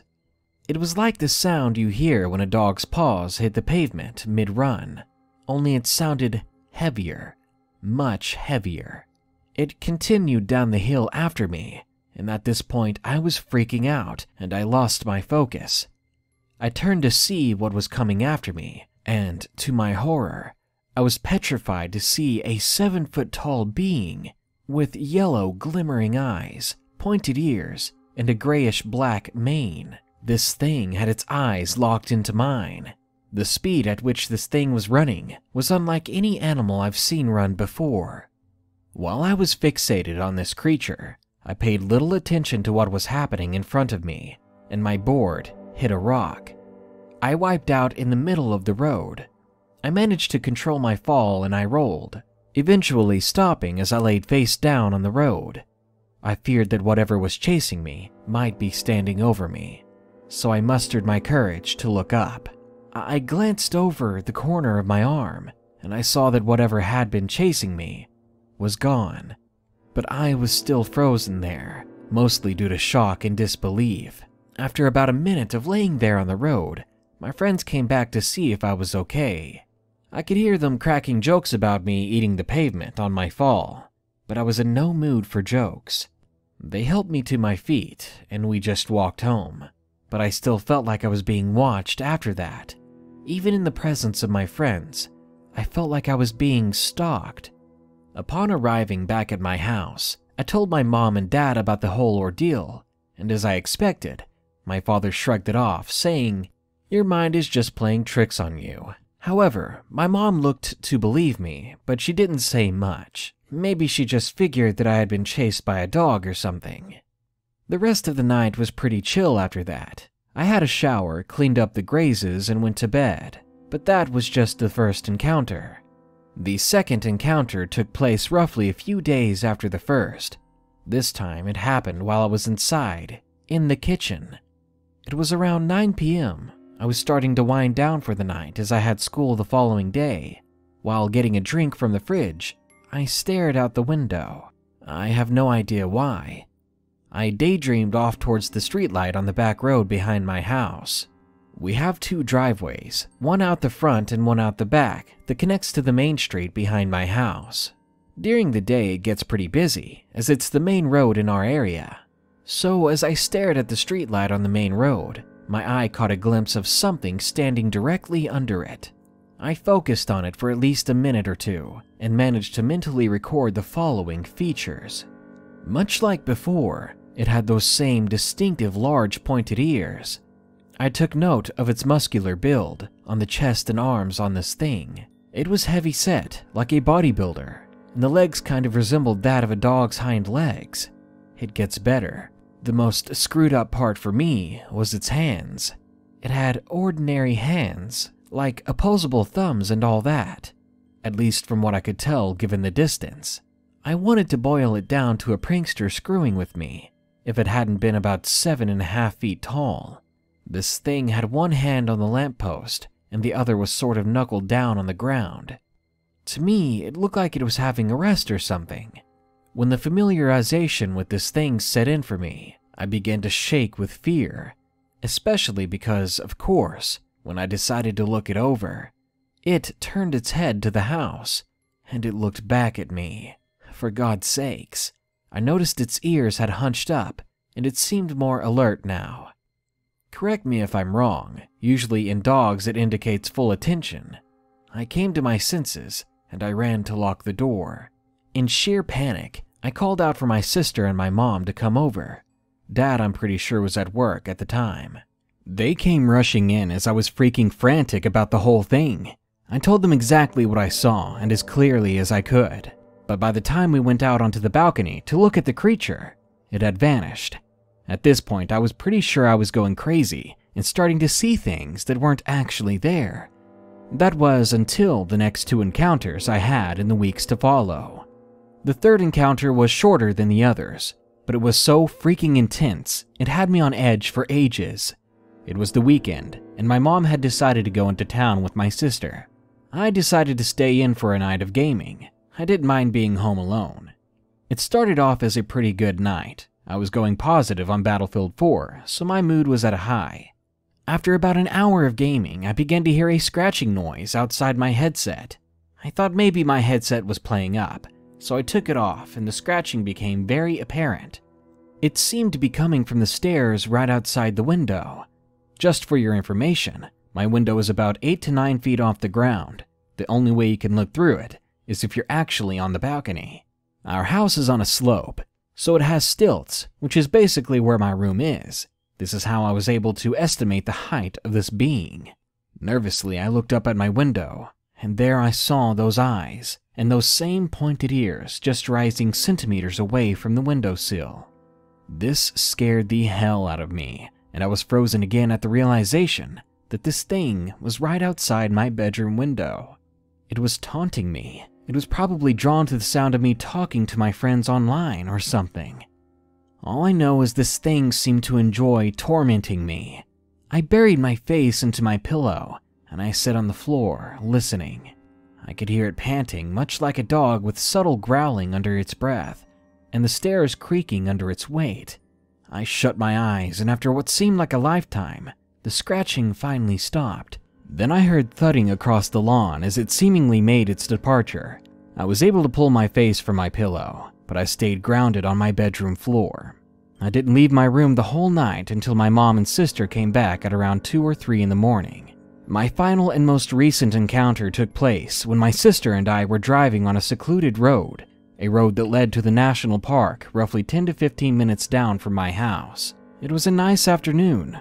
My sister and I are into photography. We thought it'd be a good idea to get some nice scenic shots out that way. However, this encounter didn't take place until we were on our way home. In fact, I'm not actually sure if this counts as an encounter, considering the possibility of misidentification. Well, we were heading back and just got into a windy section of road that takes us through the more dense parts in the bush. It's made up of tall trees, dense grassland, and shrubs. Not to mention it's also farmers' land, so it's pretty common to see a stray horse or cow across the road. As I was driving, I caught something moving amongst the grass out of the corner of my eye. It was something rather big, so I stopped the car and began to look at the area I thought I saw it move in. My sister, funnily enough, also saw something move, but to this day she still tells me she isn't sure entirely of what we saw. Out of extreme anxiety and the fact that she kept telling me to drive, we took off home and did not return for a while. It's been about a year since I've had these encounters. Things have gone quiet, but the thought of this thing sits in the back of my mind, whether or not I will see this creature again. Actually, come to think of it, yesterday my mom told me that she had a strange feeling of being watched while she was checking on our chickens in the backyard. Supposedly, something was spooking them in the night, so she went down with the torch, which is something she does all the time.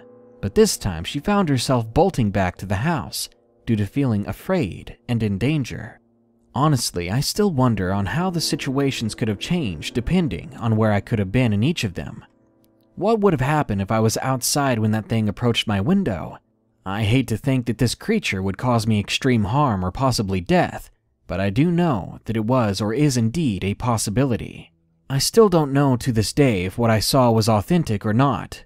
We've nicknamed it the Dog Man, but it's only after these encounters that I've learned from the online community that the Dog Man is apparently very much at large.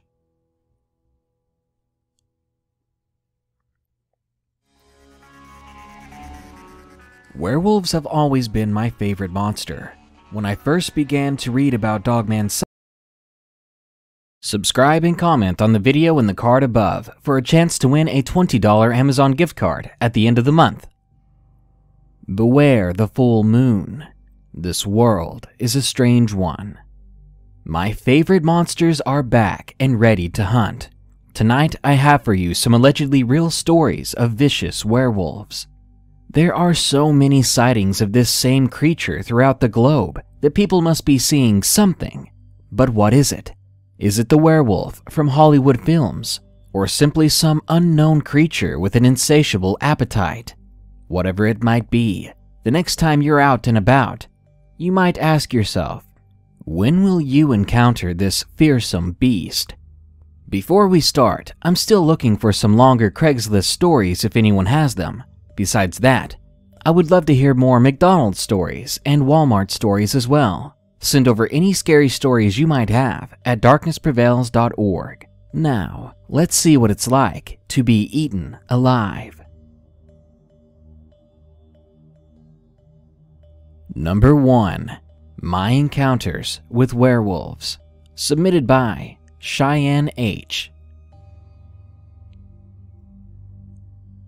I've seen 2 of them in my life. Things I believe were werewolves. The first when I was around the age of 14, and the other not too long ago. I live in the southern part of Kansas, so there's mostly just countryside where these sightings took place. As for my first encounter, I lived out in the countryside of Kingman County, where my closest neighbor was around a mile away. My parents would let me take nighttime walks during the summer, which was when this happened, the summer of 2012. I was on one of my routine walks down to the paved road about 1.5 miles away, then I would walk back. On the way down south to the paved road, there was a group of trees that always kinda scared the childish part of me. It was so dark, and you could always hear animals in there. Well, I would always jog past that part at night, then go along my way to the end of the dirt road. I remember running past this patch of trees, almost freezing when I heard what sounded like coyotes, and that's when I saw what I honestly thought was one of the nearby farmers doubled over in his field. It wasn't unusual for farmers to be out working at night. It was cooler than the day, that's for sure, so I slowed down to look over to see if he was alright. This figure, crouched down in the middle of a wheat field to my left, almost seemed to sense that I was watching it. I know this because it looked up directly at me, and I felt my heart start hammering in my chest, while these horrible, malevolent eyes began to glare at me. My body was screaming to run. Just run the heck out of there and scream for help. But I couldn't move. You know how in the movies they always say how it feels, like you get frozen into ice, and you couldn't do anything but watch? That's not exactly what it was like. You see, it wouldn't know I was scared. I remember the thing stood, and it towered over me at about 6 or 7 feet tall. I mean, the field it stood in was at least 3 feet higher than the road, so I couldn't exactly tell what the height was for sure. I just couldn't take my eyes away from it, as I knew my impending death was sure to come. I just knew that they would find my body torn to shreds in the middle of this road, and that would be the end of Cheyenne as the world would know it. I've never been so scared. This werewolf took a couple of steps toward me, sniffing the warm breeze blowing from the south. Its eyes, a sickly yellow, still watched me standing there. It took another step before seeming to change its mind, and it got back on all fours and trotted to the patch of trees.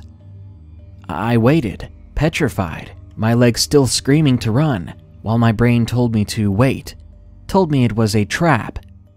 So I waited, standing as still as possible, while my eyes scanned the trees in the field ahead. Minutes went by before my phone went off with a text message. I knew I was screwed if it was still there, so I took out my phone anyway and looked at the message. "When are you going to be back? I need help with laundry."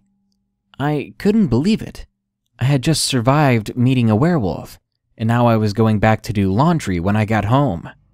I turned and began the too long walk back home, about 1.25 miles, When I'm at the grove of trees I sprinted past, hoping that that creature wasn't still in there, watching me.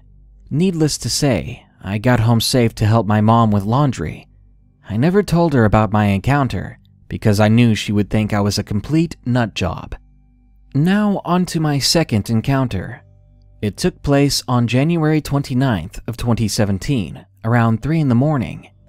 I live in Harper County, Kansas, with my husband. We were hanging out with his brother that night, playing Dungeons and Dragons. I know, yes, we're dorks, but it's our version of family fun. Well, around 2 a.m., I got cravings for ice cream, so we went to the next town over to Casey's to get some. The drive there was nice, with us singing along to music in the car. We ate our ice cream at the general store before heading back home. This time, instead of taking the highway, we went down the dirt roads. We went down one of the roads, 20th Avenue, for about 1 mile before I got this sick feeling in my stomach, like we were being followed. I knew there weren't any vehicles around because there were no lights at all, not even tail lights or brake lights, nothing. There was nobody around. So I turned and I started heading west for about 1 mile, but I still felt like there was something almost hunting us. So I turned, heading back south towards town on a dirt road that many people in our county call Whiskey Road. A lot of people believe that that road is cursed or haunted because of how many wrecks there are on that road and how many people have died there. Well, I figured since it goes straight to town, it would be our best bet. So we're going south for about half a mile when I ask my husband, "Are the car doors locked?" Now, with our car, the doors don't always lock when you press the lock button. The only way to be sure is to try to open the doors. "I don't know," he replies. "Do you want to stop and check? I'll open the doors and close them again to be sure." I shook my head, looking in the rearview mirror as I pressed the lock button a few times. I see that my husband's brother, who's 13 years old, is passed out in the back seat. "What's wrong?" my husband asks. "I feel like we're being followed," I answer quietly. I don't want to wake his brother up and scare him, but not by a person. More like something supernatural, he says. Now you should know that my husband and I are Wiccans. We do believe in magic and spirits and supernatural beings. Though together we haven't seen much, we tend to keep that hidden because many people in our town would kind of go on a witch hunt if they knew. So it wasn't unusual for us to have a conversation like this. "Yeah," I answered, before tapping the brake to go over a bump in the intersection. I could see now, in the taillights, that there was something behind us in the dust. I couldn't quite make it out, but I knew what it was. I knew, from that moment almost 5 years ago, exactly what I was looking at. I had told my husband a few times before of my encounter with the above-mentioned werewolf. I told him how it felt, how it was real, how big it was, and how terrified I had been. My husband was looking at me, curious as to what I was seeing. "Werewolf," I whispered, tapping the brakes again to see if I can make it out any better. I could feel that it had moved. You know when sometimes you feel like you're being watched, you can feel what direction it's coming from. I felt exactly like that. I could feel where it was following us from. To the back of the vehicle, near the driver's side. My side. I could not see it in the taillights, so I kept going, speeding up. I was terrified, knowing that the road was dangerous because of how many wrecks happened, but knowing that if that thing caught us, it could be much, much worse.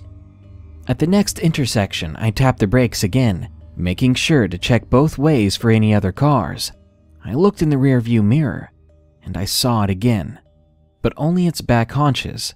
The legs were human-like, but the ankles and feet resembled that of a wolf or dog. The thing had knees and thighs and shins, but from the ankle on, it was all wolf. It was trying to hide in the dust, trying not to be seen, like a predator trying to get closer. My husband was worried, asking what we're going to do. I did not answer. I was too busy watching out the mirror and trying to watch the road at the same time. Can you see it?" he asks. He sounds scared. "It was behind us," I answer. We drive a little bit more, and I could feel it was back on my side of the car. but still a little bit behind. I was going around 40 to 45 miles per hour, so the fact that it was keeping up sent shivers down my spine. My head was pounding from all the pressure inside. With every brief glimpse that told me where it was, the fear inside me grew and was causing too much pressure to build up. I wanted to know more, to see exactly what it was doing, and to be sure of what it was. Like knowing a serial killer is in your house, but not knowing exactly where. I almost want to press the brakes to see if I can see it again, I whispered, eyes roaming both fields. But I don't want it to catch up to us. Don't, my husband said, head whipping back and forth, trying to catch a glimpse of this creature. I'll have to at the intersection so we don't flip, I said. I put pressure on the brake, eyes back on the mirror, and then I saw it. Front paws, more like hands with claws, to be honest, in the tall grass on the side of the road, while the rest of its body stretched across the dirt road. Its head was turned toward us, eyes piercing like I remembered the other ones being. It was massive, even as it stood on all fours. It had to be at least 8 feet tall, the way it stretched across the road like that, from one side to another. My husband only saw its haunches at that time, but later, the next time our lights went on, he saw its arms. Its front arms were huge, almost gorilla-like, with those bulky muscles that stood out on them. He says he saw its face at one point. It was almost human-like, if that's what you want to call it. It had the muzzle of a dog, but the eyes were definitely human. It had ears like a wolf, but they were laid back, like when a dog is angry. He believes now that those things were definitely out for blood. The way he saw its mouth open, but couldn't see its teeth. I wish I could say the same. Its teeth were huge. I saw it, even in the short glimpse I caught. We started to see the lights from town, and I sped up. I was going 50 now, and this thing was keeping up. I felt my blood pumping through my veins heatedly, too fast. I felt like I was either going to wreck or get eaten alive. I looked in the rearview mirror again, and I saw my husband's brother, still asleep through all of this terror. I couldn't let this thing get him. He was just a kid. So I kept driving, going 50 on a dangerous road, a road that everyone in the county would swear up and down was cursed. At the next intersection, I couldn't see it, but something told me it was on my side. Then it circled back and was on the other side. At one point, my husband and I both swore that it pulled back, almost like it stopped, before starting back up on the passenger side. Wherever it was, we could always feel it, this primal instinctual fear, a sense of location and doom that I'm sure all prey feel before they die. The edge of town grew closer, and I explained my plan to my husband. I'm not going straight home, okay? Why? If it's going to follow us, I want to try to throw it off our trail before we go home. Yeah, I don't want it following us there. What if it ate the cats? Well, it's not the cats that I'm worried about, I deadpanned. I'm talking best case scenario, he answers. The chills from fear seem to gloss back over me. We got to the very northern edge of town, and the creature seemed to be pulling back, but it was still coming. It definitely didn't like the light, that's for sure. Eventually, about 3 blocks before Main Street, I couldn't see it anymore, let alone feel it.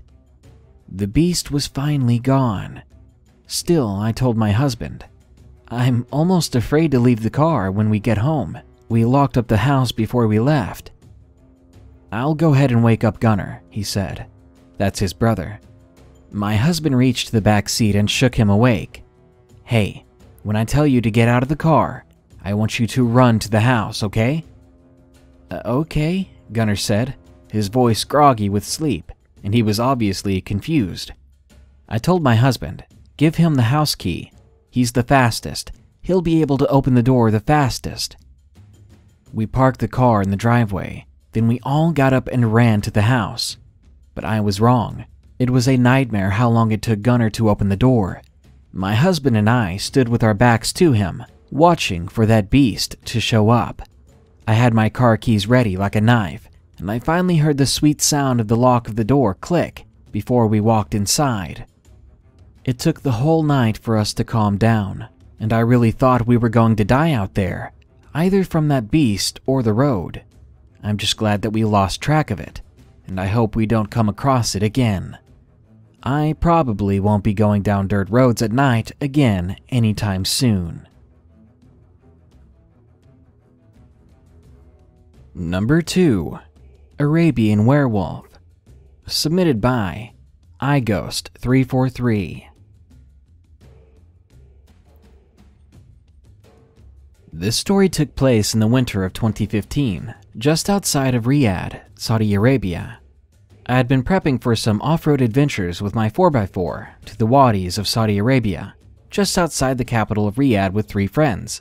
Now, many of you are already imagining things like oil, hot sand, riches, and Lambos, blazing sun, or even some other notoriety. But in reality, it's not like that at all. To begin with, most of Western media info regarding the Arab world is false.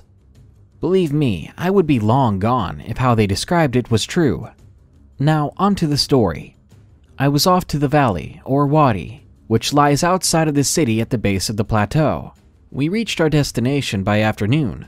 We parked our car at least 20 meters away from the smooth and unstable edges, and we set up a picnic.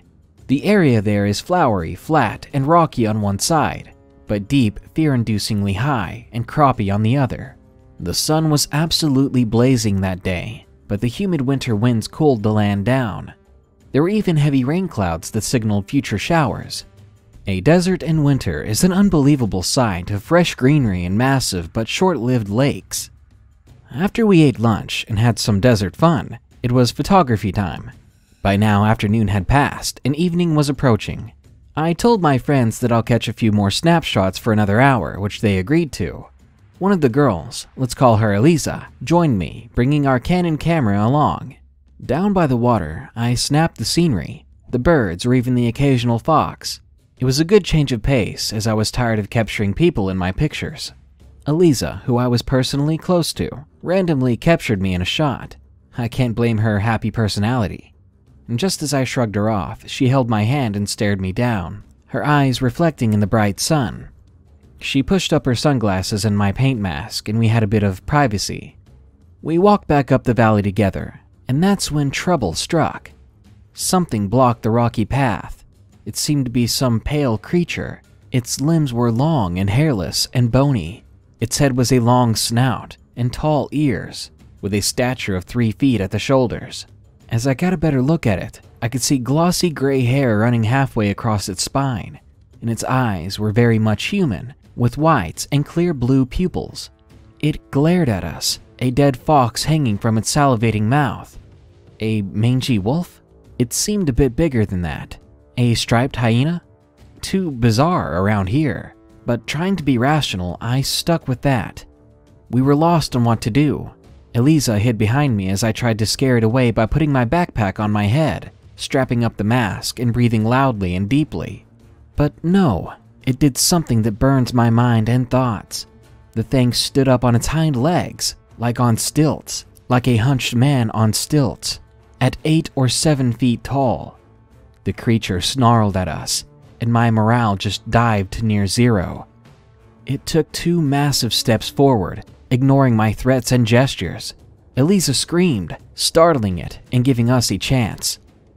Being the crazy guy that I am, I unfolded my tripod and lunged at the thing, staggering it backwards. This thing was aggressive, and we had no other choice. It was us or it. Then a bullet whizzed at the sky. The beast barked at me. Then it sprinted down the valley at inhuman, unnatural speed. It was a horrific sight. Then a local man stood on top of the path with a rifle in his hand. He led us to our car, watched over us, then told us all one thing: leave and don't come back. And we did. After seeing something like that, we listened. We drove off as fast as we could, with the man escorting us with his dogs and pickup truck. The whole thing was just bizarre and a bit life-changing. I've never seen anything like it in my life. You're free to doubt me, and I do too sometimes, but this just proves that there are more mysteries out there. An experience like this is one that I'll never forget, something that will stick in my nightmares. But honestly, someday, Beast, someday, I I hope I see it again. Number 3. Werewolf at the Train Station. Submitted by Werewolf Engine Driver.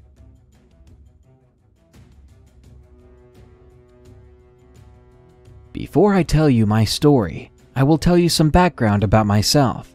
I'm not from the USA, as you might think. I'm from Europe, from the Netherlands to be more precise. Normally, I don't believe in such things as werewolves or ghosts, which isn't odd for a Dutchman. The Dutch are hard to convince of supernatural or mythical stuff like this. As for me, I love nature. I love photography, drawing, and writing.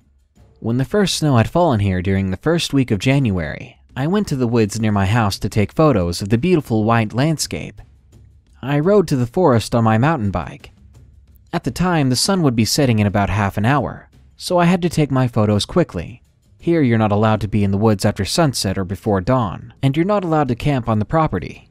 Each and every night, the gates close at the same time, right after sunset. When I arrived, I chained my bike to a tree and went on, walking and taking photos. All went just as planned, except I took a bit too long and did not get out in time. The sun was already out of the sky when I came back, and the forest slowly started to come to life.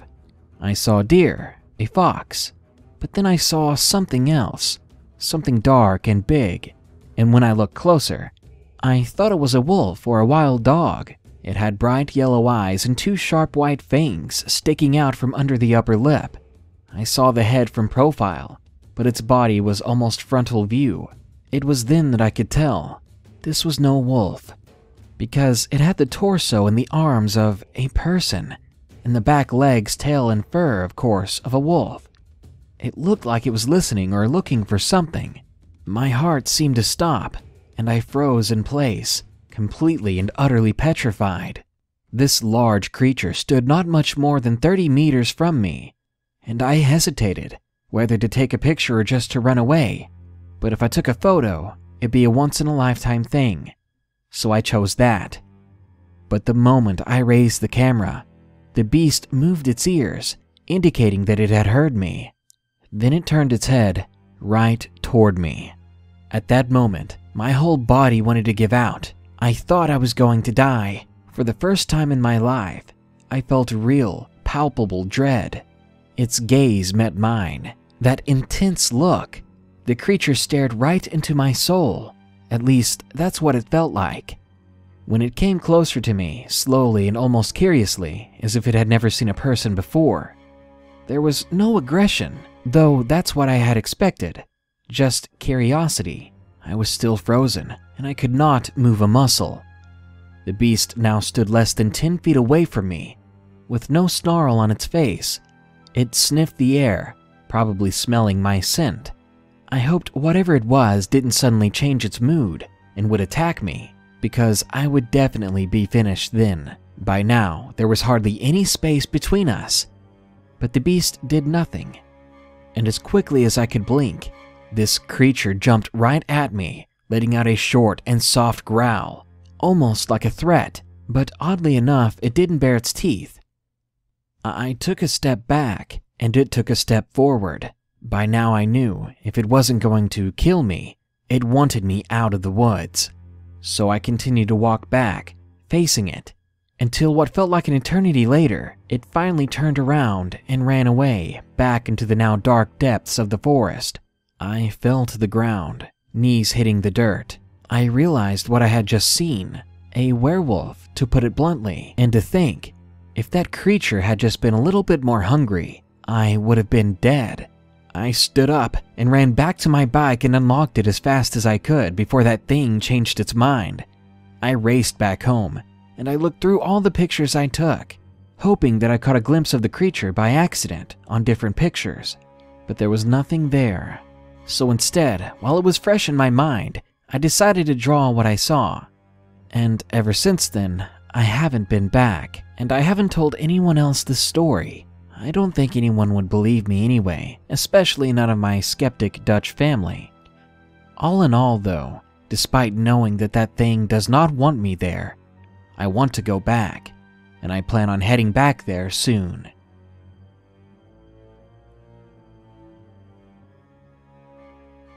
Number 4.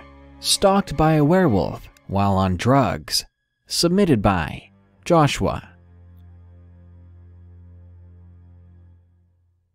I live in Birmingham, England, and I'm 15 years old.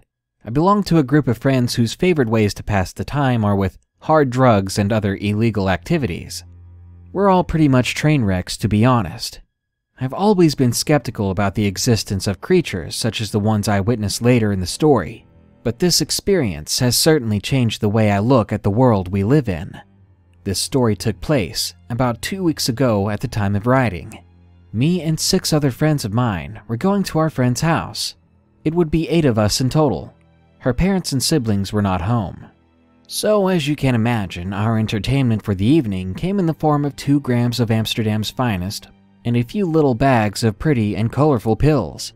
We had over 100 pounds, not the measurement, or $120 worth of MDMA, which we would use to throw our lives further into the deep abyss of substance abuse.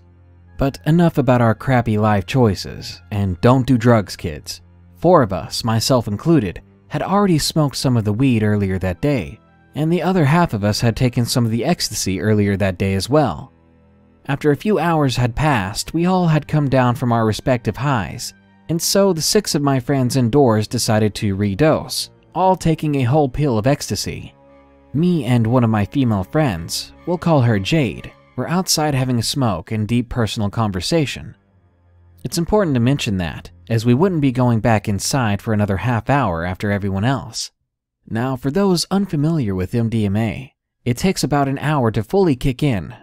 The next 30 minutes go by uneventfully until I received a call from my mother, who was hysterical about my sister, who, ironically, had taken some kind of drug, which had my mom freaking out and wanted me to come help to calm her down soon. I obviously wasn't going to ignore the call. Even though I would be really high by the time I got home, I decided to bite the bullet and just go. God forbid anything happened to my sister. It's now 12 at night and in the middle of winter, so it's pitch black outside, and I'm making my way back from my friend's house when I encounter a problem. This was the first time I'd ever been to this particular friend's house, and we arrived during the day. It was now in the middle of the night, and the roads are poorly lit, and I come to realize that every one of them I encounter looks almost identical. That's great, because now I'm freaking lost. Paranoia starts to kick in as every small insignificant sound I hear freaks me out. I'm not a big dude, maybe 5'8", and I'm not in any way muscular, so I feel incredibly vulnerable as I poorly navigate the dark, cold, and eerily empty streets, praying I don't encounter anyone with ill intentions. But what I saw next was way worse than anything I could have possibly imagined I would see in my life. Standing on the opposite side of the street in a small alleyway that separated 2 houses stood a tall silhouette of a creature engulfed in darkness. All I could see were 2 beady eyes staring at me under the cover of the shadows. Based on its silhouette, it must have been at least 7.5 feet tall. It had an intimidatingly wide chest, with long arms that appeared to be both muscular and scrawny at the same time, legs that were small in proportion to its enlarged torso, but they were in no way small for a humanoid figure. All of these details I could vaguely distinguish from the darkness as we both stood there, frozen in motion and staring directly at one another. It might have just been 10 seconds, but it felt like forever. This continued until it slowly took a step out of the shade, closer to the glow of a nearby street lamp, and as it revealed itself, my heart sank in my chest. Staring back at me was a man-like beast with close resemblance to a wolf, or what I could only think of at the time, a werewolf. Its entire body was covered in thick black hair, its face extended forward to form a long appendage like that of a dog's jaw, and those arms were now in full view, revealing human-like hands with long claws at the end. The thing's face looked only confused or curious at first, which gave me a very small sense of security, although I was still terrified, to say the least. I slowly stepped backwards,